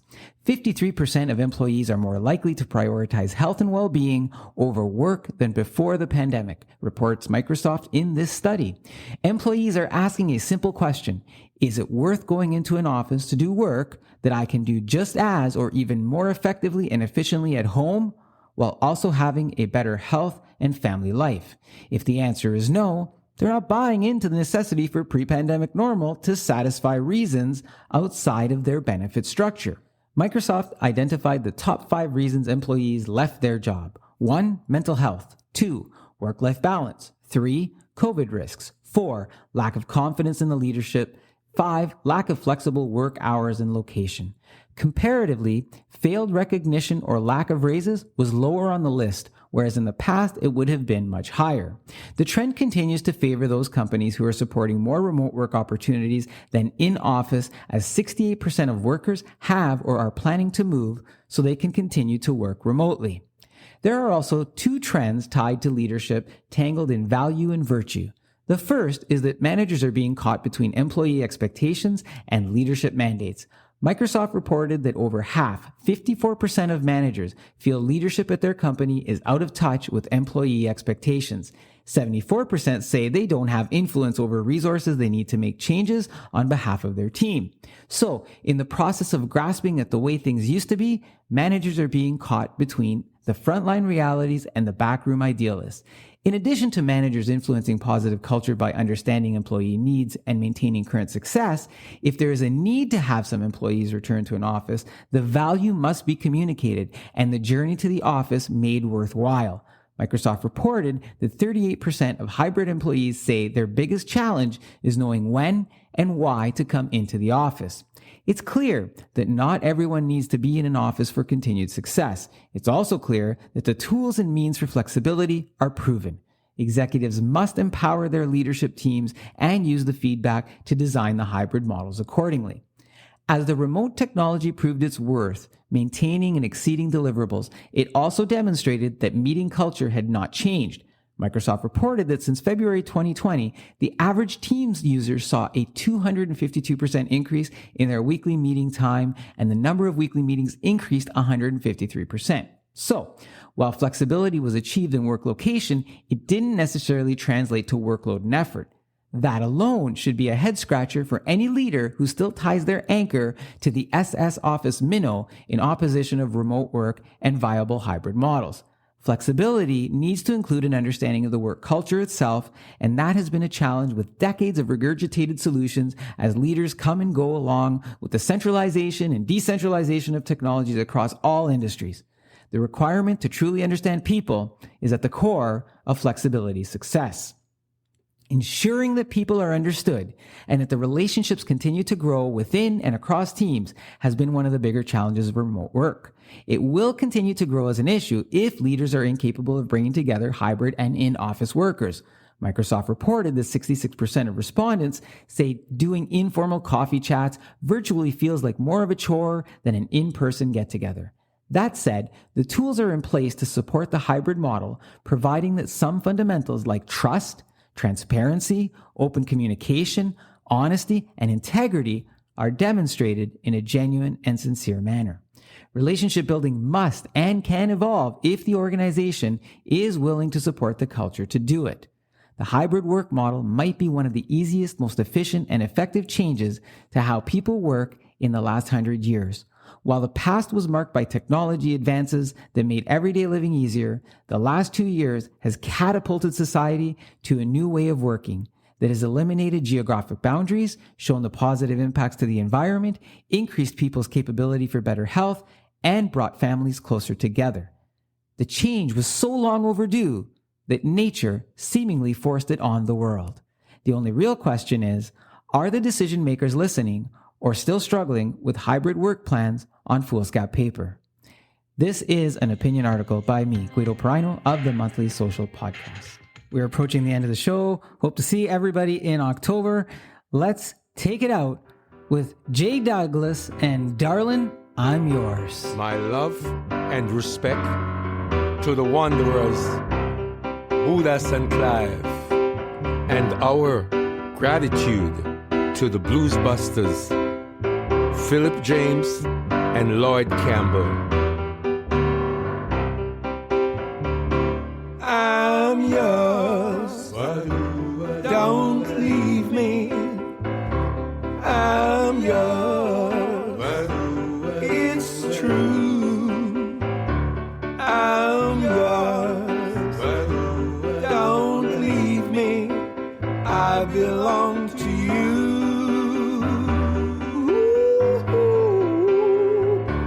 The stars were shining bright when we kissed that night, and whisper love, darling, I'm yours. I've been cheating, it's true, but darling, I still love you. Each night I hope and pray that someday I'll hear